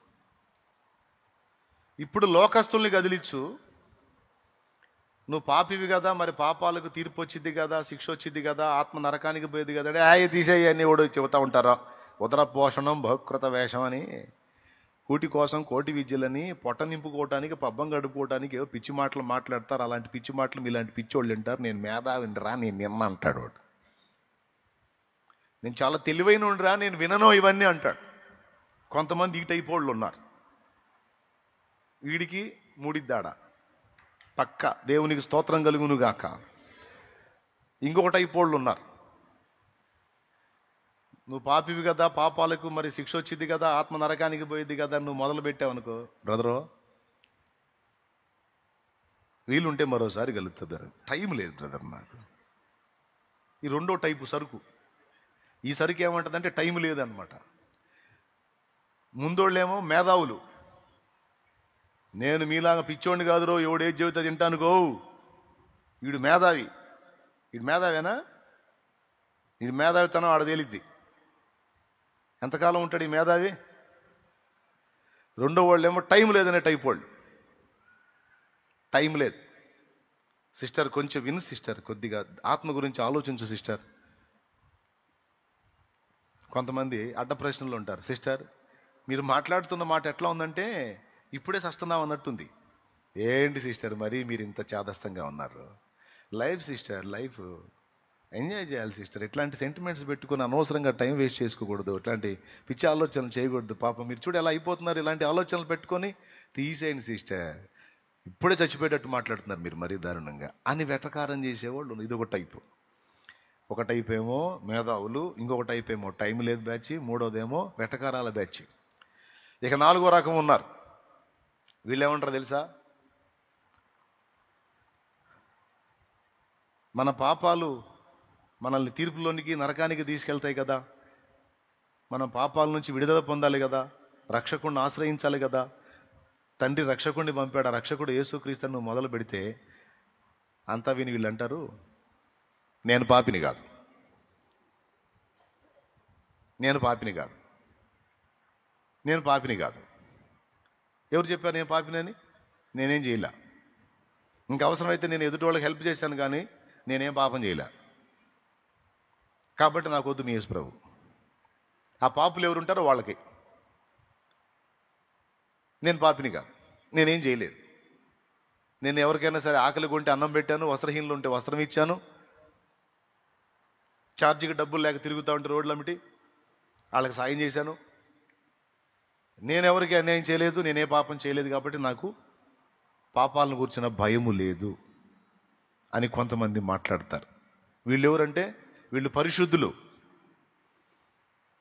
వీళ్ళు పాపులు కాదు. మీ పాపాలు చేసేవాళ్ళందరూ పోండి యేసుప్రభు దగ్గరికి, నాకు అవసరం యేసుప్రభు, ఎందుకంటే నేను పాపిని కాదు అంటది. ఎంత డేంజరో ఇది. మరి నీ ఆత్మరక్షణ, నా ఆత్మరక్షణను కూర్చిన ఢోకా, నాకు భయం ఏం లేదు, నాకే ఢోకా లేదు, నేను ప్రశాంతంగా ఉంటాను, హాయిగా నేను మోక్షానికి వెళ్తాను. ఇది 4వ రకం. ఇంట్రెస్ట్ ఉంటే రాసుకోండి. ఈ 4 టైపులు తగులుతారు మీకు. ఇంకొక టైప్ కూడా ఉంది, అది కూడా చెప్తా. ఆ మొదటి టైప్ వాళ్ళు ఎవరు? మేధావులు. ఈ మేధావులు పిచ్చి మాటలు మాట్లాడుతూ ఉంటారు, పిచ్చి లాజిక్లు మాట్లాడుతూ ఉంటారు. రెండవది టైం లేదు, టైం లేదు, సావు వచ్చిందాక అంతే మాట్లాడతారు, టైం లేదు, టైం లేదని. చివరికి దేవుడు కూడా టైం లేదు ఇంకొచ్చాయి అంటాడు. దేవునికి స్తోత్రం. మూడవది వెటకారాలు. మనం రక్షణ గురించి వాడి ఆత్మరక్షణ కోసం చెబుతుంటే వాడు ఎటకారాలు చేస్తుంటాడు, ఏదో మన కర్మగాలినట్టు. 4వది నేను పాపిని కాదు, నేను పాపిని కాదు. ఆ పాపాలు చేసేవాళ్ళు అంతా మీలాంటి వాళ్ళకి కావాలి యేసుప్రభు, మాకు అక్కర్లా. 4వ రకం. 5వ రకం ఉంది. 5వ రకం ఇంకా విచిత్రంగా ఉంటుంది. 5వ రకం ఏం తెలుసా? మీరు చెప్పినే నిజమే, నేను పాపినే, కానీ లెవెల్ చేసి అంటుంటారు, లెవెల్ చేసి అంటుంటారు. అంటే ఏం తెలుసా మీకు? నా పాపాలు పోగొట్టుకోవడానికి దేవుడికి ఇవ్వాల్సిన కమిషన్స్ ఇచ్చేశాను, మొత్తం బ్యాలెన్స్ అయిపోయింది. ఇప్పుడు మన ఖాతాలో పుణ్యాలే ఉన్నాయి కానీ పాపాలు లేవు. ఈ లెవెలింగ్ బ్యాచ్ అన్నమాట. వీళ్ళు ఏం చేశారు?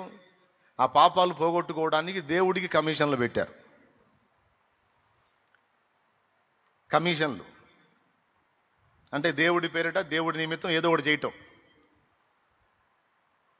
ఇందులో చర్చిలు కట్టించేవాళ్ళు, మసీదులు కట్టించేవాళ్ళు, గుళ్ళు కట్టించేవాళ్ళు, రకరకాల సరుకు.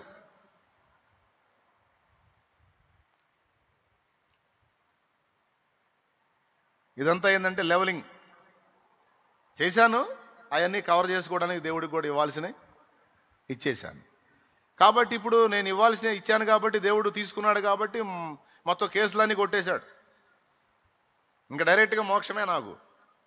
మరి కేసులో అన్నీ కొట్టేశాడు, ఎందుకంటే ప్రతి కేసుకి కొంత లంచం పెట్టేశా. లంచం పెట్టానని వీడు అనుకుంటున్నాడు, లంచం నిజంగా దేవుడు తీసుకున్నాడా? తీసుకున్నాడా? ఇట్లా కూడా ఉన్నారు పబ్లిక్లో. లంచం తీసుకొని నిజంగా దేవుడు కేసు కొట్టేశాను అన్నాడా? సిన్సియర్ పోలీస్ ఆఫీసరే పట్టుకొని తంతాడు లంచం ఇవ్వబోతే. మావాడే సార్, ఏదో పొరపాటు జరిగింది సార్, అది వదిలేసేయండి సార్, ఇది తీసుకోండి సార్ అని ఇచ్చామనుకో, సిన్సియర్ పోలీస్ ఆఫీసర్ అనుకో, పెటా 2 కొట్టి ఈయనేంట్రా లోపల అంటాడు. సార్ ఎందుకు సార్ అంటే, రా నాకే లంచం ఇవ్వాలని చూస్తున్నా, ఎట్లా కనపడుతుందిరా నీకు, ఏంట్రా లోపల ఏంట్రా వస్తున్నా అని పోయి 4 బాతాడు. యథార్థంగా జాబ్ చేసే ఒక పోలీస్ ఆఫీసరే లంచము ముట్టడానికి ఇష్టపడనప్పుడు, నీతిగల న్యాయాధిపతి అయిన దేవుడు నీ లంచాలకు తలొంచుతాడా? రేపు అక్కడ అది ఇంకా పెద్ద కేసు అయింది, ఇంకా డేంజర్ కేసు అది. ఎరా, తప్పులు చేసిందే పెద్ద నేరం అయితే ఆ నేరాన్ని కవర్ చేయడానికి నాకే లంచానికి వచ్చావే అంటే, నన్ను లంచగొండిగా చూసావు కనుక ఇది ఇంకా పెద్ద పాపం రా అంటాడు. ఆయన నువ్వు ఇచ్చే నేనేం చేసుకుంటారా? దేవా నీకు బట్టలు పెట్టాగా దేవా, అరే నా పర్సనాలిటీ అంతా నువ్వు పెట్టిన వస్త్రం ఎంతరా? అరే నా పుడిసిలి ఎంతో తెలుసా నీకు? పుడిసిలి సముద్రాలు చూసావా? సముద్రాలు తెలుసా? సముద్రాలు పెద్ద, భూమి కంటే ఎక్కువ పరిమాణంలో సముద్రాలు ఉన్నాయి, నేల కంటే సముద్రాలు ఎక్కువ ఉన్నాయి. ఆ సముద్రాలు మొత్తం కలిపి నా పుడిసిట్లో పడతాయిరా అన్నాడు. పుడిసిటిలో నా జల్, ఇది దోసిలి, ఇందులో సగం పుడిసిలి. సప్త సముద్రాలు అని చెప్తారు కదా, సముద్రాల నీళ్ళన్నీ కలిపి ఆయన పుడిసిటిలో వచ్చినాయంట. అంటే ఆ చెయ్యి అంత పరిమాణంలో ఉందో చూడండి. ఇప్పుడు అంత చెయ్యే అంత పెద్ద ఉంటే ఇక మిగిలిన శరీరం, మిగిలిన పర్సనాలిటీ మొత్తం ఎంత ఉంటాడు దేవుడు? అంత పెద్ద దేవుడికి ఈడిచ్చే క్లాత్, ఈడు పెట్టే పట్టు వస్త్రాలు ఏ మూలకు వస్తాయి? ఏం దాచుకుంటాడు? ఎక్కడ కప్పుకుంటాడు? ఏం కవర్ చేసుకుంటాడు? అయినా మీకు వస్త్రాలు ఇచ్చేవాడిని, నాకు మీరు వస్త్రం ఇచ్చే అవసరం ఏముంది? నీకు ఆహారం పెట్టాను దేవా, నీకు ఫలాన్ని సమర్పించాను, ఆహారాన్ని సమర్పించానంటే మీ కడుపులు నింపడానికి నా పిడికిలి విప్పి ప్రతి దినం మిమ్మల్ని పోషించాను. నువ్వు నాకు పెట్టేది ఏందిరా? దేవునికి స్తోత్రం అంటాడు దేవుడు. కాబట్టి మానవుడా, నువ్వు ఏమి ఇచ్చి కూడా దేవుణ్ణి శాంతిపరచలేవు. మన లంచాలకు బెండయ్యేవాడు కాదు దేవుడు. కాబట్టి ఐదో రకం ఏంటి? దేవుడికి ఇవ్వాల్సిన ఇచ్చాను, లెవెల్ చేశాను, ప్రాబ్లం లేదు అని ఫిక్స్ అయినోడు. నిన్న మొన్నటి వరకు మనం కూడా అంతే బతికాం. కానీ ఈరోజు మనకు కళ్ళు తెరవబడ్డాయి. అప్పుడప్పుడు మంత్రాలు వినపడతా ఉంటాయి. మీకు కూడా పూజ చేసేటప్పుడు మంత్రాలు వినపడతా ఉంటాయి. అందులో పంతులు గారు స్పష్టంగా అంటాడు, పాపోహం పాపకర్మాణం పాపాత్మ పాప సంభవ త్రాహి మాం కృపయాం దేవా శరణాగత వత్సల అన్యదా శరణం నాస్తి త్వమేవ శరణం మమ తస్మాత్ కారుణ్య భావేన రక్ష రక్ష జనార్దన అంటాడు. అంటే ఆయన ఏం చెప్తున్నాడంటే, పాపోహం పాపిని పాపకర్మాణం పాపకర్మలే చేస్తున్నాను. ఎవరు? పంతులు గారు. పాపము చేతనే ఉన్నది పాప సంభవ, నేను కూడా పాపములోనే పుట్టాను. త్రాహి మాం కృపయాం దేవా, ఓ కృప కలిగిన దేవుడా నీ శరణొచ్చాను. అన్యదా శరణం నాస్తి, అనగా నేను చేసిన పాపాలు పోగొట్టుకోవడానికి నేను ఇచ్చే లంచాలు నువ్వు తీసుకొని నన్ను వదిలిపెట్టవన్న సంగతి నాకు తెలుసు. త్వమేవ శరణం మమ, నా పాపాలు పోయే దారి ఏదన్నా నువ్వు చూపించకపోతే నాకు దిక్కు లేదు. తస్మాత్ కారుణ్య భావేన, ఈ కారణమును బట్టి ఓ కరుణా సముద్రుడైన దేవా రక్ష రక్ష జనార్దన, నీవే నన్ను రక్షించుటకు దారి చూపించు, జనములను ఉద్ధరించువాడా.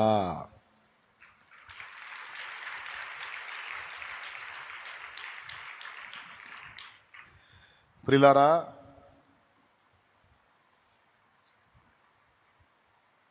వాళ్లే చెప్పారు, ఏం చేసి కూడా పాపములకు ప్రాయశ్చిత్తము నేనుగా చెయ్యలేను అన్న. మరి ఎచ్చులెందుకు?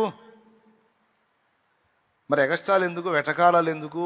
మేధావితనమైన ప్రశ్నలు ఎందుకు? నోరు మూసుకొని నేను పాపినని ఒప్పుకొని ఆ పాపాలన్నీ కడగబడి నిమిత్తము నీకోసం దేవుడు చేసిన బలియాగం దగ్గరకు వచ్చి సరెండర్ అయిపో, కడగబడి పరిశుద్ధపరచబడి నూతన పరచబడి నిత్య జీవాన్ని స్వతంత్రించుకుంటావు. ఇది దైవాజ్ఞ.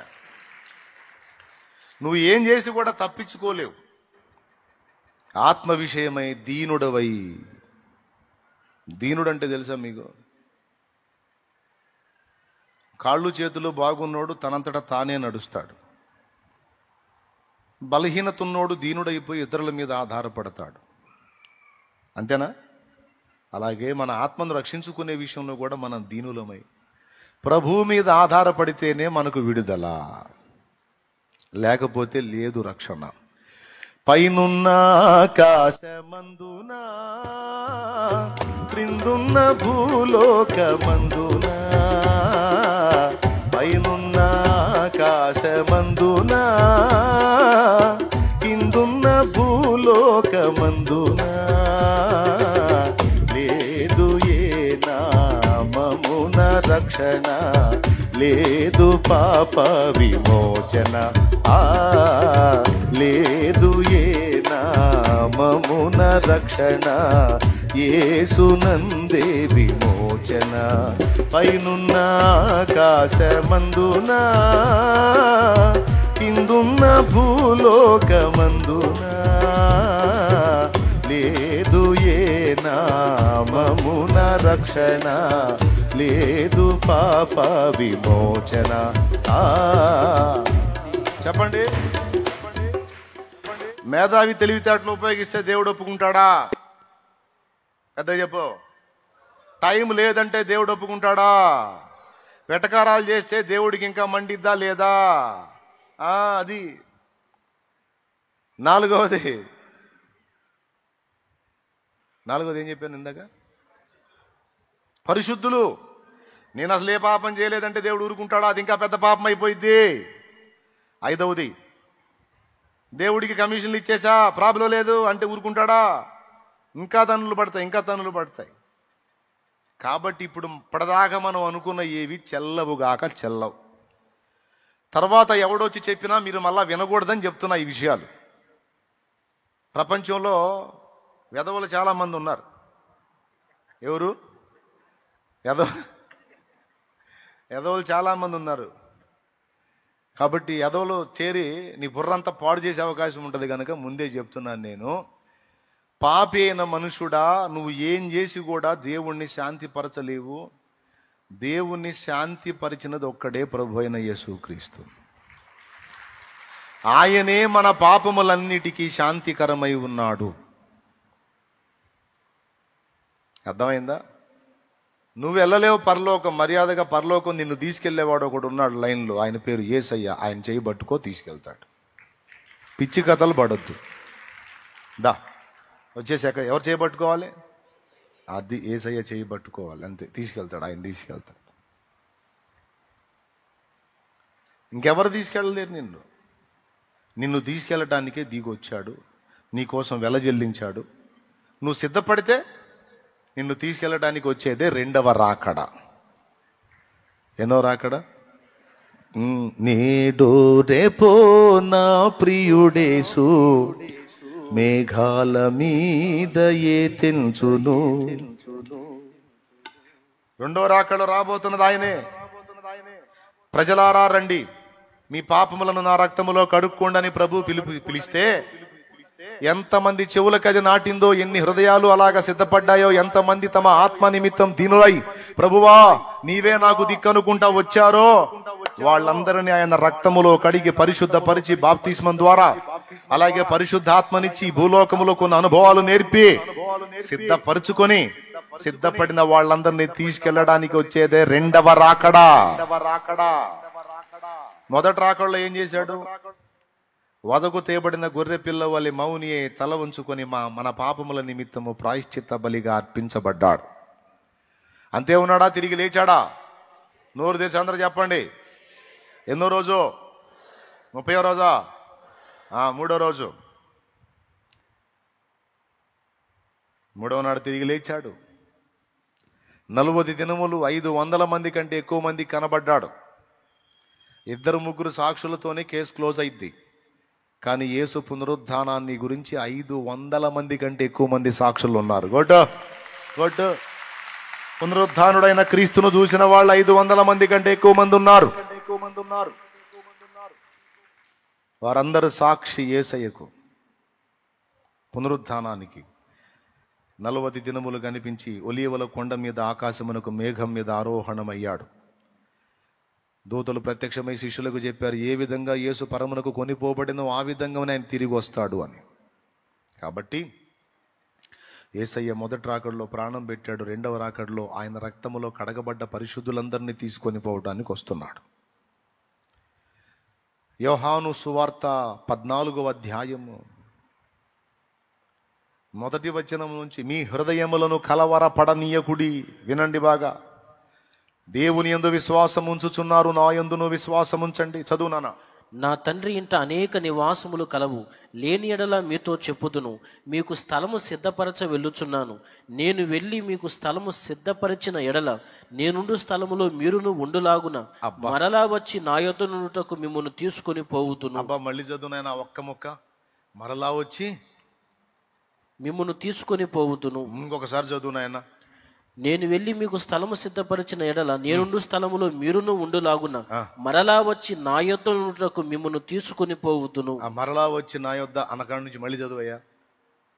మరలా వచ్చి నా యొద్ద నుండుటకు మిమ్మును తీసుకొని పోవుదును. ఇంకొకసారి చదవా.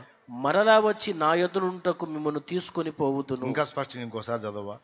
మరలా వచ్చి నా యొద్ద నుండుటకు మిమ్మును తీసుకొని పోవుదును. ఈ మాట సాక్షాత్తు మన యేసయ్యే అన్నాడు. మరలా వచ్చి అది గుర్తుపెట్టుకోవాల ప్రతి క్రైస్తవుడు. యేసు రాజుగా వచ్చుచున్నాడు, భూలోకమంతా తెలుసుకుంటారు. యేసు రాజుగా వచ్చుచున్నాడు, భూలోకమంతా తెలుసుకుంటారు. రవి కోటి తేజుడు, రమ్యమైన దేవుడు. రవి కోటి తేజుడు, రమ్యమైన దేవుడు. రాజుగా వచ్చుచున్నాడు, యేసు రాజుగా వచ్చుచున్నాడు, యేసు రాజుగా వచ్చుచున్నాడు, భూలోకమంతా తెలుసుకుంటారు. మేఘాల మీద యేసు వచ్చుచున్నాడు, పరిశుద్ధులందరినీ తీసుకుపోతాడు. మేఘాల మీద యేసు వచ్చుచున్నాడు, పరిశుద్ధులందరినీ తీసుకుపోతాడు. లోకమంతా శ్రమకాలం పడు, లోకమంతా శ్రమకాలం. విడువబడుట బహుఘోరం, విడువబడుట బహుఘోరం.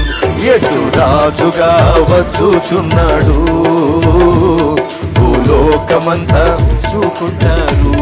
దేవునికి మహిమ. అది సంగతి. యేసయ్య మళ్ళీ రెండో రాకడ ఉందా లేదా? ఎందుకు వస్తున్నాడు? మనల్ని తీసుకొని పోవడానికి వస్తున్నాడు. ఎందుకు తీసుకొని పోతాడు? ఎల్లప్పుడూ ఆయన యొద్ద ఉండుటకు. సంఘ ప్రతిరూప వదిలే పాడేదా?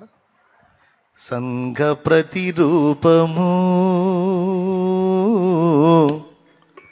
పరమ యెరూషలేము, సౌందర్య సీయోనులో నీ మనోహరమైన ముఖము దర్శింతును. సౌందర్య సీయోనులో నీ మనోహరమైన ముఖము దర్శింతును. నీతోనే నా నివాసము, నిత్యము ఆనందమే. నీతోనే నా నివాసము, నిత్యము ఆనందమే. సియోనులో స్థిరమైన పునాది నీవు. Praise the Lord. ఎవరితో నివాసం? మనము యేసయ్య మనం కలిసే ఉంటాం. ఎంతకాలమో తెలుసా? యుగ యుగాలు అంతము లేని రాజ్యం అది. ఆయనే మాట ఇచ్చాడుగా, నాతో కూడా నుండుటకు నేను వచ్చి మిమ్మల్ని తీసుకొని పోతా. ఇది తెలియాలి మనకందరికి కూడా. ఇప్పుడు ఇంకా సంతోషకరమైన ఆనందకరమైన శుభవార్త ఏంటంటే, ఆ రోజు దగ్గరకు వచ్చింది. ఆయన వచ్చే రోజు దగ్గరకు వచ్చింది. ఇంకెక్కువ టైం లేదు. అన్నిటి ఫైనల్లో ఉన్నాం మనం. కథ క్లైమాక్స్కి వచ్చింది. బహు త్వరగా యేసయ్య రాబోతున్నాడు. అందుకే తొందరగా పిలుస్తా ఉన్నాం, రండి మారు మనసు లేని వారలారా మారు మనసు పొందండి. బాప్తిస్మం పొందని వారలారా రండి, బాప్తిస్మం పొంది పాపాలు కడిగేసుకోండి. బాప్తిస్మం పొంది మళ్ళా లోకంలో కలిసిన వారలారా దయచేసి తొందరగా మారు మనసు పొంది ప్రభు వైపు మళ్ళుకోండి. యేసు త్వరగా రాబోతున్నాడు. ఓకే, ఇదండి కంప్లీట్గా శుభవార్త. మన పాపముల నిమిత్తం ఆయన ప్రాయశ్చిత్త బలియాగం చేయబడ్డాడు. నువ్వేం చేయాల్సిన అవసరంలా, కేవలం ఆయన యందు విశ్వాసం ఉంచి నమ్మి మారు మనసు పొంది బాప్తిస్మం పొందితే చాలు. బాప్తిస్మం పొంది ఇంక ఎట్ట బతికినా పర్లేదంటే ఎట్ట బతుకుతా ఎట్ట పడితే తెలియనప్పుడు ఏదో నీతిమాలిన బతుకు బతికాం, తెలిసిన తర్వాత మళ్ళీ ఆ బతుకు బతకూడదు. ఇక పాత బతుకు సమాధి చేసి క్రీస్తునందు నూతన సృష్టిగా మార్పు చెందాలి, క్రొత్త జీవితాన్ని జీవించాలి. ఓకే, ఇప్పుడు ప్రశ్నలు మిమ్మల్ని అడుగుతా. ఇప్పుడు వరుసగా ఇక్కడే అడుగుతా. ఓకే, ప్రాక్టీస్ చేసుకోండి, నీళ్ళలో దిగినప్పుడు చెప్పాలి. స్తోత్రం. చెప్పండి, నిజమైన దేవుడు ఎవరు? లోకంలో చాలామంది ఉన్నారని చెప్తున్నారు కదా, వారు చెయ్యింది ఏమిటి? యేసు మాత్రమే చేసింది ఏమిటి? పెద్దగా చెప్పాలి. ప్రాణము నర్పించి పాపైన మనుషునికి నరకము నుండి విమోచన ప్రసాదించాడు. వారు మన పాప విమోచనార్థం ఏమీ చేయలేదు. కాబట్టి వారు యేసు సమానం కాదు. ఓకేనా? నంబర్ 1.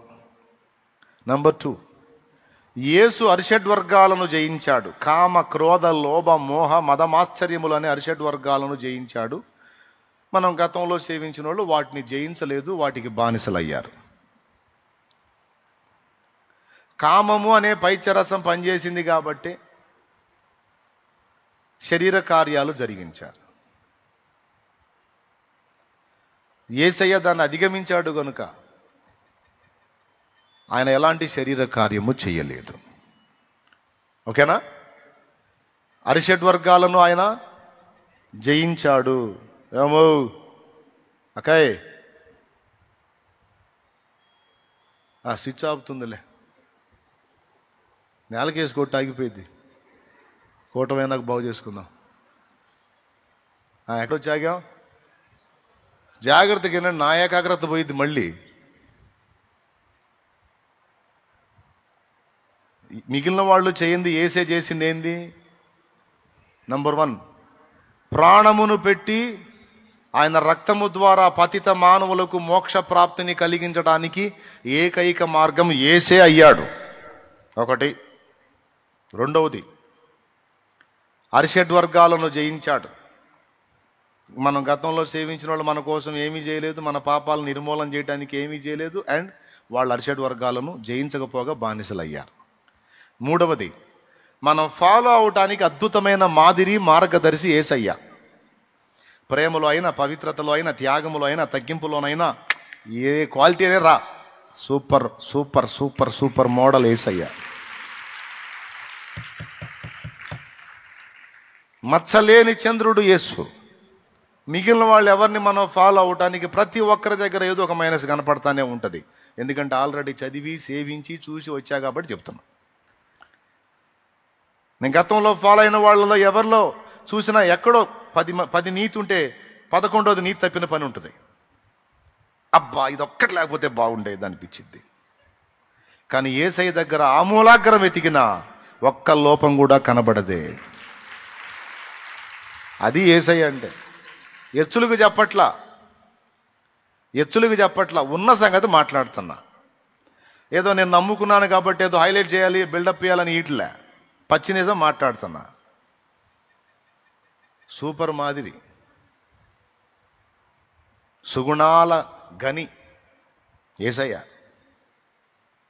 ఒక్క మైనస్ కూడా చూపించలేము ఆయన దగ్గర. ఆయనే అన్నాడు, నా యందు పాపం ఉన్నదని మీలో ఎవడు స్థాపించును రమ్మన్నాడు. మానవ జాతి చరిత్రలో ఈ మాట పలికిన ఒకే ఒక్క మగాడు యేసుప్రభు ఒక్కడే. ఇంకెవరికి లేదంత గుండె. ఈ మాట మాట్లాడుతుంటే కొంతమందికి మండుతూ ఉంటుంది. మండితే నీళ్లు పోసుకోవటమే, చేయగలిగింది ఏం లేదు. దేవునికి స్తోత్రం. కానీ నేను చెప్పింది పచ్చి నిజం. కొంతమందికి మండుద్ది, మండితే నేనేం చేయాలో సన్నీళ్ళు పోసుకోవటమే, అంతమించి ఏం లేదు.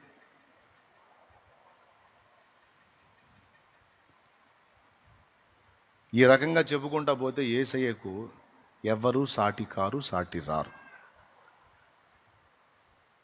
ఒకప్పుడు తెలియదు, కనపడ్డదాన్నల్లా నమ్మాం, మొక్కాం, సేవించాం. ఇప్పుడు స్పష్టంగా తెలిసింది కాబట్టి అన్ని పక్కన పెట్టి ప్రభువుని హత్తుకుంటున్నాం.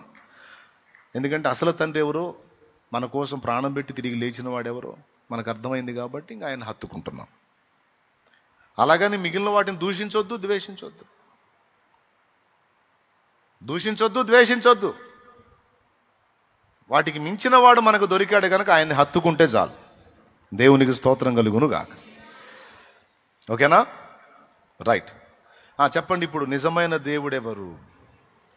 ఏం చేశాడు నీ కోసం ఆయన? నోరు తెరి చెప్పండి అమ్మో. నా సంగతి తెలీదు మీకు. అస్సలు మొహమాటం ఉండదు. ఎక్కువ ఒడ్డెక్కంట, నేను నీళ్ళలో దిగినా ఒడ్డుకెక్కిస్తా. ముందే ప్రాక్టీస్ చేసుకొని రండి అక్కడికి. చెప్పు. సరే, బాప్తిసం ఎందుకు తీసుకోవాలనుకుంటున్నావు? పాపాలు చేయడానికా? పెద్దగా చెప్పు, అర్థం కావట్లా నాకు. పాపాలన్నీ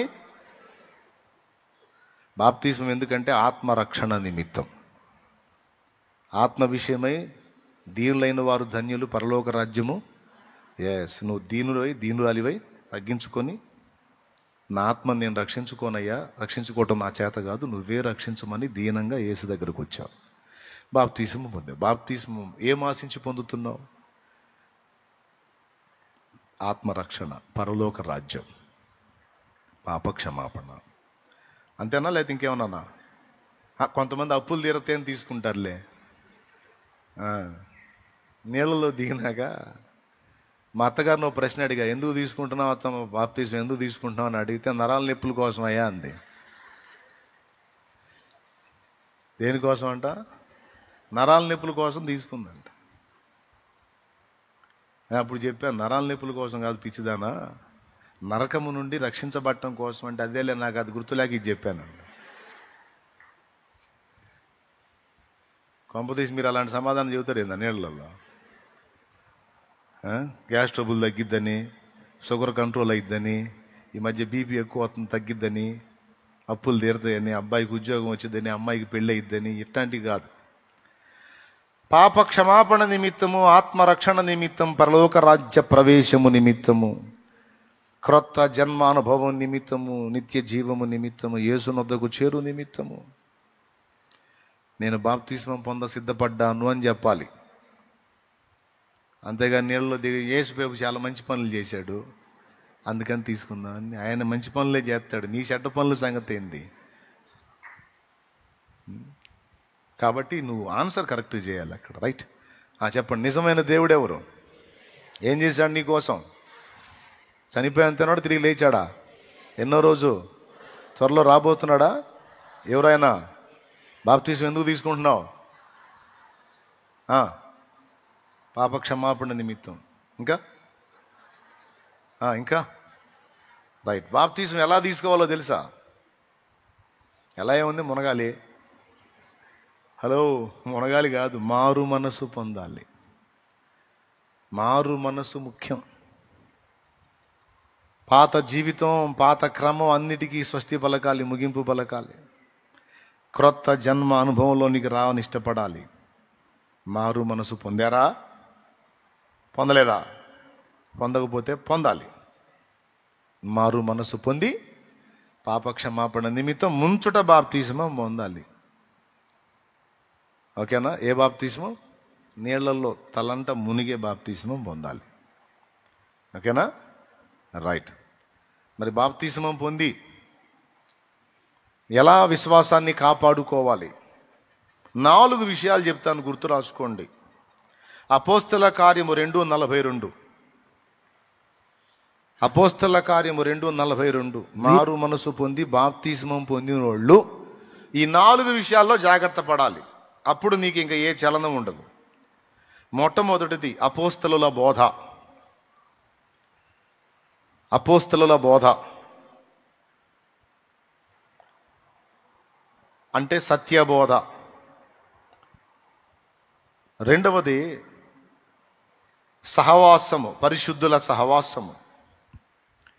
అపోస్తలుల బోధ, రెండవది సహవాసము, పరిశుద్ధుల సహవాసము. మూడవది ప్రతి ఆదివారం క్రమం తప్పకుండా ప్రభు బల్లలో చెయ్యి వేయుట, రొట్టె వెరచుట. నాలుగవది ప్రార్థనా జీవితమును కలిగి ఉండుట. ఈ నాలుగు చాలా ముఖ్యమైనవి. మొట్టమొదటిది అపోస్తలుల బోధ అంటే సత్యవాక్యము. వాక్యం చదవాలి, వాక్యం వినాలి. అది కూడా సత్య సంబంధుల బోధ వినడానికి అలవాటు పడాలి. చెవికి వినబడే ప్రతి బోధని గుడ్డిగా నమ్మొద్దు, మోసపోతారు. అపోస్తలుల బోధ, అపోస్తలుల బోధ తెలియాలంటే అపోస్తలులు ఎవరో కూడా తెలిసి ఉండాలి. దేవుడు పంపిన పాత్రలను గుర్తెరగాలి. ఈరోజు దేవుడు నిన్ను ఎవరికి కనెక్ట్ చేశాడో ఆ వ్యక్తి నీ కొరకు పంపబడినవాడు. శాలెమ్మన్న మీకు క్రమంగా అనిపించాడా? ఉపదేశం విన్నారా? వాక్యానుసారంగా ఉందా? కనెక్ట్ అయ్యారా? స్థిరపడండి, స్థిరపడండి. అటొక్కాలు ఇటొక్కాలు, అటొక్కాలు ఇటొక్కాలు, అటొక్కాలు ఇటొక్కాలు, అట్లా మీ బుర్రకు తోచినట్టు వేయకండి. ఒక నాయకుడిని పట్టుకోండి, ఒక నాయకుడి దగ్గర స్థిరపడండి, ఒక నాయకుడిని అనుసరించండి. భక్తి నేర్చుకోండి, ఆత్మీయత నేర్చుకోండి, పవిత్రతను కొనసాగించుకోండి, ఉపదేశించండి, ఉపదేశం పొందుకోండి. ఇతరులకు కూడా ఉపదేశించినట్లు ఉపదేశం నేర్చుకోండి. అపోస్తలుల బోధ. రెండవది సహవాసము, పరిశుద్ధుల సహవాసం, అపోస్తలుల సహవాసం. లోకస్తుల సహవాసం చేయొద్దు, మిమ్మల్ని లోకంలోకి లాగుతారు. కాబట్టి నీవు ఆత్మీయంగా బలపడేంత వరకు, శక్తి పొందేంత వరకు, నువ్వు ఎదిగేంత వరకు పరిశుద్ధుల సహవాసములో, అపోస్తలిక సహవాసంలో స్థిరంగా ఉండాలి.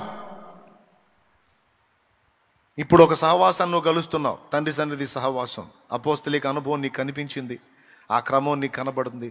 సహవాసంలో స్థిరపడు. కనపడ్డదానికల్లా నువ్వు తిరిగావు అనుకో, ఎటు కాకుండా పోతావు. ఒక దగ్గర నాటబడాలి. ఓ చెట్టు ఉంది, 4 నెలలు ఏడ నాటాం, మళ్ళీ ఏడ తీసి ఇంకో దగ్గర నాటాం. 4 నెలల తర్వాత మళ్ళీ ఆడ తీసి ఇంకో దగ్గర నాటాం, మళ్ళీ 4 నెలల తర్వాత ఆడ తీసి ఇంకో దగ్గర నాటాం. ఆ చెట్టు బతికిద్దా, సచ్చిద్దా? ఎదిగి పెద్దదే కాయలు కాసిద్దే? సచ్చిద్ది. అది ఆ సంఘం, ఆ సంఘం, ఆ సంఘం, ఆ సంఘం, ఆ సంఘం, ఆ సంఘం, ఆ సంఘం, ఆ సంఘం, వైనం తైనం లేకుండా తిరుగుతూ ఉంటే చివరికి ఎటు కాకుండా ఇది ఆత్మీయ జీవితం. తప్పు. తెలియనప్పుడు తిరిగా ఒక దగ్గర దేవుడు స్థిరపరిచాడు, ఒక దగ్గర చూపించాడు, ఇది వెంబడించాల్సిన మార్గం అని. అప్పుడు నువ్వు ఏం చేయాలంటే అక్కడ నాటబడాలి. అపోస్తలిక బోధలో, సహవాసములో నాటబడాలి. అక్కడే నువ్వు ప్రభు బలలో చెయ్యి వేయాలి. తర్వాత ప్రార్థనా జీవితాన్ని ప్రతిదినం క్రమంగా కలిగి ఉండాలి. ఒక బోధలో పెరుగు, ఒక ఉపదేశములో పెరుగు, ఒక దగ్గర నాటబడు, ఒక దగ్గర ప్రభు బలలో చెయ్యి వేయి. ఎక్కడైనా ఒక చోటే స్థిరపడు. అర్థమైందా నేను చెప్పింది? బుర్రకు తోచినట్టు, చెంచలం ఎత్తినట్టు తిరగవా, అటు ఇటు ఎటు కాకుండా అయిపోతుంది. ఏదో ఒక దానికి అనుసంధానమై ఉండు. నువ్వు ఇక్కడున్నా, దూరంగా ఉన్నా, లైవ్లో ఉన్నా, ఎక్కడున్నా సరే, శాలెమన్న ఉపదేశం క్రమం నచ్చిందా నీకు? అట్లయితే కనెక్ట్ అయి ఉండు, అందులో ఎదుగుతూ ఉండు. భక్తి నేర్చుకో, ఆత్మీయత నేర్చుకో, దేవునికి పనికొచ్చే పాత్ర అవుతావు. మొదటిది ఏం చెప్పాను? అపోస్తలిక బోధ. రెండవది సహవాసం. మూడవది ప్రభు బల్ల. నాలుగవది ప్రార్థనా జీవితం. ఈ 4 నువ్వు జాగ్రత్తగా కాపాడుకో, ప్రతిరోజు కలిగి ఉండు. నిజంగా పరలోక రాజ్యం చేరాలి, భూమి మీద ఉన్నంత వరకు యేసయ్యని హత్తుకొని ఉండాలంటే ఈ 4 విషయాల్లో నువ్వు జాగ్రత్తగా ఉండు. ఇంకా నువ్వు చెదరవు.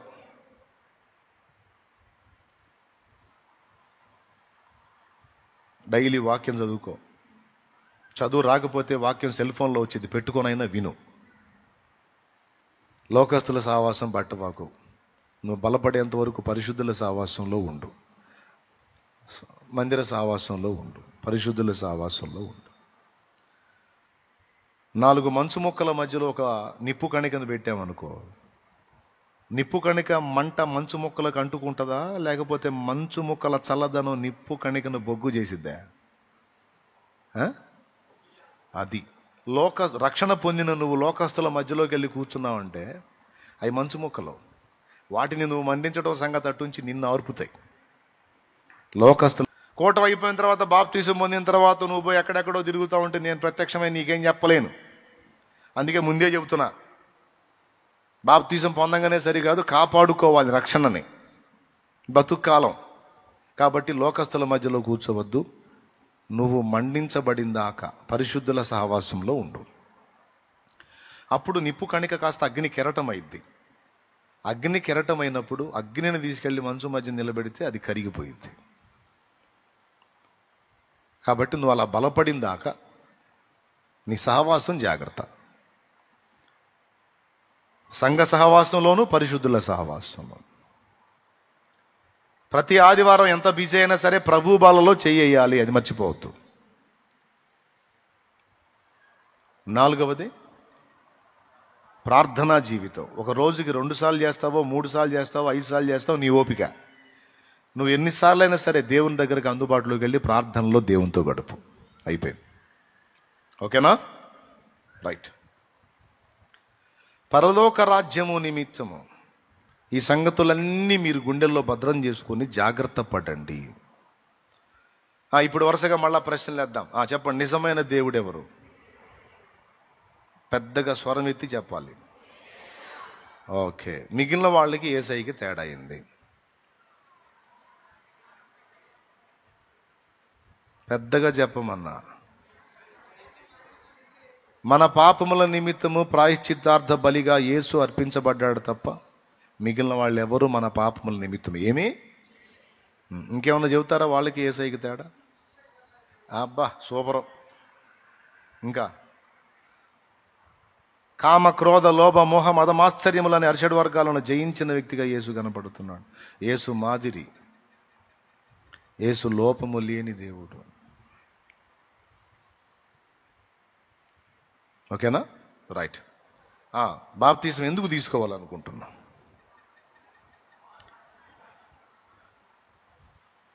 సౌండ్ బ్రేక్ అయిపోయింది. ఆత్మరక్షణ నిమిత్తం, పరలోక రాజ్యం నిమిత్తం. రైట్. నీకు పరలోక రాజ్యం ఇవ్వడానికి యేసు ప్రభు ఏం చేశాడు? అంతే ఉన్నాడా? ఎన్నో రోజు? త్వరలో రాబోతున్నది ఎవరు? రైట్, బాగా చెప్పారు. బాప్తీసం పొందకపోతే ఆడికి పోతాం. పొందితే ఎలా పొందాలి బాప్తీసం? మారు మనసు పొంది నుంచట బాప్తీసం పొందాలి. రైట్. తర్వాత చాలా వరకు వినంగానే చెప్పారు. అక్కడ చూస్తా. ఇక లాస్ట్ అండ్ ఫైనల్ చివరి మాట చెప్పేసి ముగిస్తా. టైం కూడా అయిపోయింది. చివరి మాట ఏమిటంటే, నీతి నిమిత్తము హింసింపబడు వారు ధన్యులు అన్నాడు. దేవుని నీతి పొందుకున్నాం, దేవుని నీతి పొందుకున్నాం. ఆ దేవుని నీతి మన మీదకి వచ్చింది. ఆ నీతే క్రీస్తు.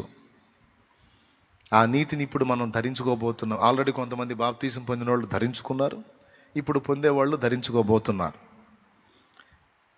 దేవుని నీతి ఉన్న క్రీస్తు. ఆయన నిమిత్తమైన, వినండి ఈ ఒక్క మాట వినాలి, ఆయన నిమిత్తమైన,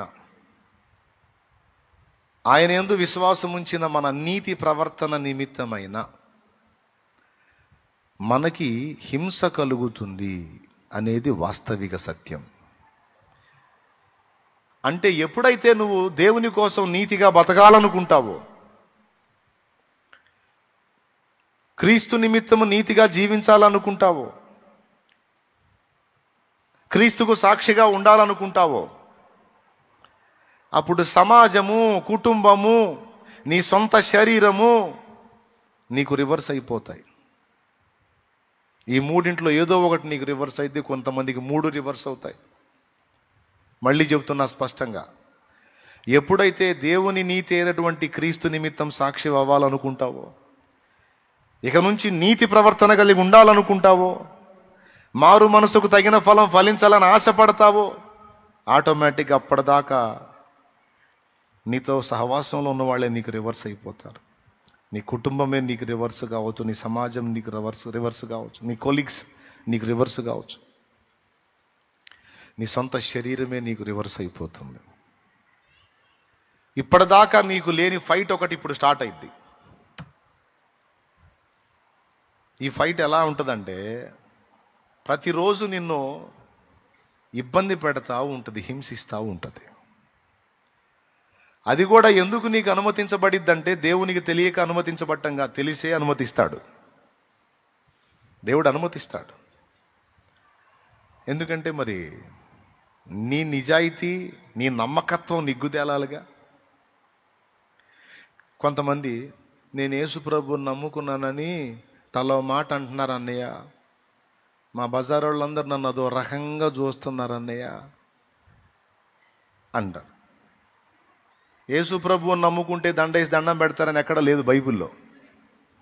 మళ్ళీ చెబుతున్నా, యేసు ప్రభువుని నమ్ముకున్న రోజు నుంచి ఇక నీకు దండేసి కనపడే వాళ్ళందరూ దండం పెడతారు, సాష్టాంగ దండ ప్రమాణాలు చేస్తారని ఆడ లేదు. హింస పెడతారనే ఉంది. యేసయ్య కావాలా? అట్లయితే ఆ హింసను తట్టుకో. ఊరు మొత్తం ఏకమైనా సరే, వాళ్ళందరూ ఒక్కటై నీ మీద ద్వేషించి దుర్మార్గం చేసినా సరే, నువ్వు క్రీస్తు కోసం సాక్షిగా నిలబడాలి. ఆ దమ్ము నీకుందా? ఉంటేరా. అంత సీల్ నీకు లేదా? అట్టయితే సర్దుకో, పిరిగి పందా, ఇప్పుడే సర్దుకో. చెబుతున్నా, క్లియర్గా చెబుతున్నా. ఉందా నీకు దమ్ము? దా, వచ్చి నీళ్ళ దగ్గరికి రా. తలంత లోతు నీళ్ళలో మునుగుతావు నువ్వు. ఇప్పుడు నువ్వు దేవునితో చేసిన ప్రమాణం చచ్చిందాకా తప్పిపోకూడదు. కుటుంబం అంతా ఏకమై గట్టుగట్టి నిన్ను అవమానించి అవహేళన చేసి నెట్టేసినా సరే, దానికి కూడా సిద్ధం అవ్వాలి తప్ప కుటుంబ సంతోషం కోసం దేవుణ్ణి వదిలిపెట్టే దిక్కుమాలిన స్థితికి దిగజారొద్దు. ఆ దమ్ముంటే రా, లేదా పిరిగితనం ఉందా? పిరిగి పొందా, సర్దుకో. నీ సొంత శరీరం ప్రతిరోజు నీ మీద యుద్ధం చేస్తుంది, పాపానికి లాగుతూ ఉంటుంది. ఏయ్ చంపుతా, కూర్చో, పనికి మాలిందాన, ఇప్పటిదాకా నీ ఇష్టం వచ్చినట్టు ఆడా, ఇంకా ఆడను, కూర్చో అని నీ శరీరాన్ని అణచివేసే తీర్మానంలోకి నువ్వు రావాలి. దేవుడు అన్యాయస్తుడు కాదు. నీకు బలాన్ని దేవుడిస్తాడు, పరిశుద్ధాత్మనిస్తాడు. నీకు ఇప్పుడు తన పరిశుద్ధాత్మనిస్తాడు. ఆ ఆత్మ బలముతో నువ్వు శరీర క్రియలను చంపాలి. ఇప్పటిదాకా వ్యసనాలకు బానిసయ్యావా? నీ ఆత్మ బలహీనమైపోయి, నీ శరీరం బలమైపోయి నిన్ను జయించిందా? అయితే ఇప్పుడు నీవు పరిశుద్ధాత్మను పొందబోతున్నావు, పరిశుద్ధాత్మను పొందుతావు. దేవుని శక్తి నీలోకి వచ్చింది. ఇప్పుడు నువ్వు వాటిని గెలవాలి. రక్షణ పొంది కూడా మళ్ళా నువ్వు వాటికి బానిస కావడానికి వీల్లేదు. వాటి మీద యుద్ధం చేయాలి. అవి చుట్టలైనా, బీడీలైనా, సిగరెట్లైనా, మందైనా, కైనీలైనా, చెత్త ఏదైనా సరే యేసు నామములు వదిలిపోవాలంతే. ఏ పాపాలైనా సరే, ఏ వ్యసనాలైనా సరే, ఏ వ్యభిచారాలైనా, ఏ లింకులైనా తెగిపోవాలి యేసు నామములు. ఈరోజు బాప్తిసం పొంది కూడా మళ్ళీ 2 కుంపట్లు మెయింటైన్ చేయడం కుదరదు.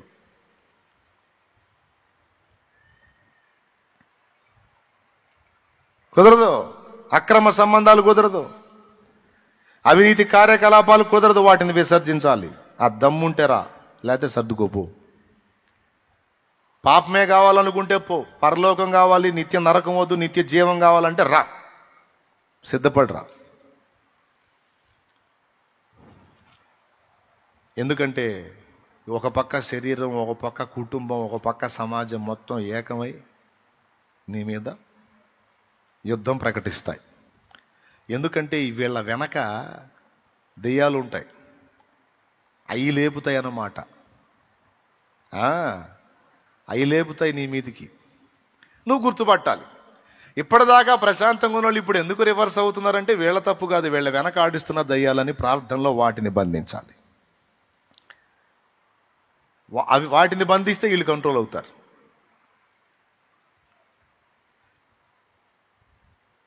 ఏమన్నా అర్థమైంది నేను చెప్పింది? కాబట్టి ప్రతిదినం ప్రార్థనలో పోరాడుతూ, వాటిని బంధిస్తూ, వీళ్ళ ఎదుట సత్ప్రవర్తన కలిగి నడుచుకుంటే ఇప్పుడు నిన్ను విమర్శించి ఎగతాళి చేసే నీ కుటుంబం, నీ సమాజం వాళ్ళే తర్వాత నీతో కలిసి చర్చికి వస్తారు. వాళ్ళు ఆ దమ్ము నీకుందా? ఆ ధైర్యం నీకుందా? ఆ తెగింపు నీకుందా? అవసరమైతే కొన్ని శ్రమలు ఎదుర్కోవాలి. మెంటల్గా ప్రిపేర్ చేస్తున్నాం మిమ్మల్ని. ఏమండి, 25 ఏళ్ళు చదివితే 30 ఏళ్ళు చేయడానికి ఉద్యోగం వచ్చింది. ఈ 25 ఏళ్ల చదువులో ప్రతి దానిలో ఫస్ట్ క్లాస్లో పాస్ అవ్వాలి. మళ్ళీ ఎందులో ఫెయిల్ అయినా మళ్ళీ జాబ్ రాదు. అవునా? ముష్టి 30 ఏళ్ళ ఉద్యోగం అయిపోయినాక సెలవు కప్పి దండేసి ఇంక బోరా అంటారు. ఈ 30 ఏళ్ళ ఉద్యోగానికి 25 ఏళ్ల చదువు మొత్తం పరీక్షలో ఫస్ట్ క్లాస్లో పాస్ అవ్వాల్సి ఉంటే మరి పరలోక రాజ్యములో యుగయుగాలు నువ్వు ఉండటానికి మరి టెస్టుల్లో నువ్వు పాస్ అవ్వద్దు? మరి అసలు నాకు ఏ టెస్ట్ వద్దు, నాకు ఏ టెస్ట్ ఎట్లా, అసలు ఎట్లా సాధ్యమవుతుంది అది? చెప్పు, ఎగ్జామ్ కావాలా వద్దా? ఎగ్జామ్ లేకపోతే పై తరగతి లేదు. ఎగ్జామ్లో పాస్ అయ్యావా ఇంకొక తరగతి, ఇంకొక మెట్టు, అంతే కదా? 9th పాస్ అయితే 10th పాస్ అయితే ఇంటర్మీడియట్. అట్లా ప్రతి మజిలీలో ఒక ఎగ్జామ్ నీకు ఎదురవ్వచ్చు. ప్రతి ప్రయాణంలో, ప్రతి మజిలీలో ఒక స్టెప్, ప్రతి స్టెప్లో నీకు ఒక పరీక్ష ఎదురు కావచ్చు. అది పాస్ అయితే నెక్స్ట్ ఇంకో స్టెప్ ఎక్కుతావు, అది పాస్ అయితే ఇంకోటి. అట్లాగా పరీక్షలో కూడా సిద్ధమయ్యే రండి. నేను చెప్పను, ఇక బాప్తీసం తీసుకున్న కాడి నుంచి ఇక నీకు మామూలుగా ఉండదు. ఇక ఏమిలే మెత్తటి పరుపుల్లో అప్పడంగా తిని ఇక దొరలాటమే అని నేను చెప్పను. స్తోత్రం. పోరాటం, ఆత్మీయ పోరాటం, పోరాటం, ఆత్మీయ పోరాటం, చివరి శ్వాస వరకు ఈ పోరాటం ఆగదు. సాగిపోవుచున్నాను సిలువను మోసుకొని నా గమ్య స్థానానికి. పోరాటం, ఆత్మీయ పోరాటం, మనకు పోరాటము, పోరాటమే. పోరాటానికి సిద్ధమా? దడగమ్ముతుందా? ఎందుకు దడ? నీకు తోడు ఆయన ఉంటాడు.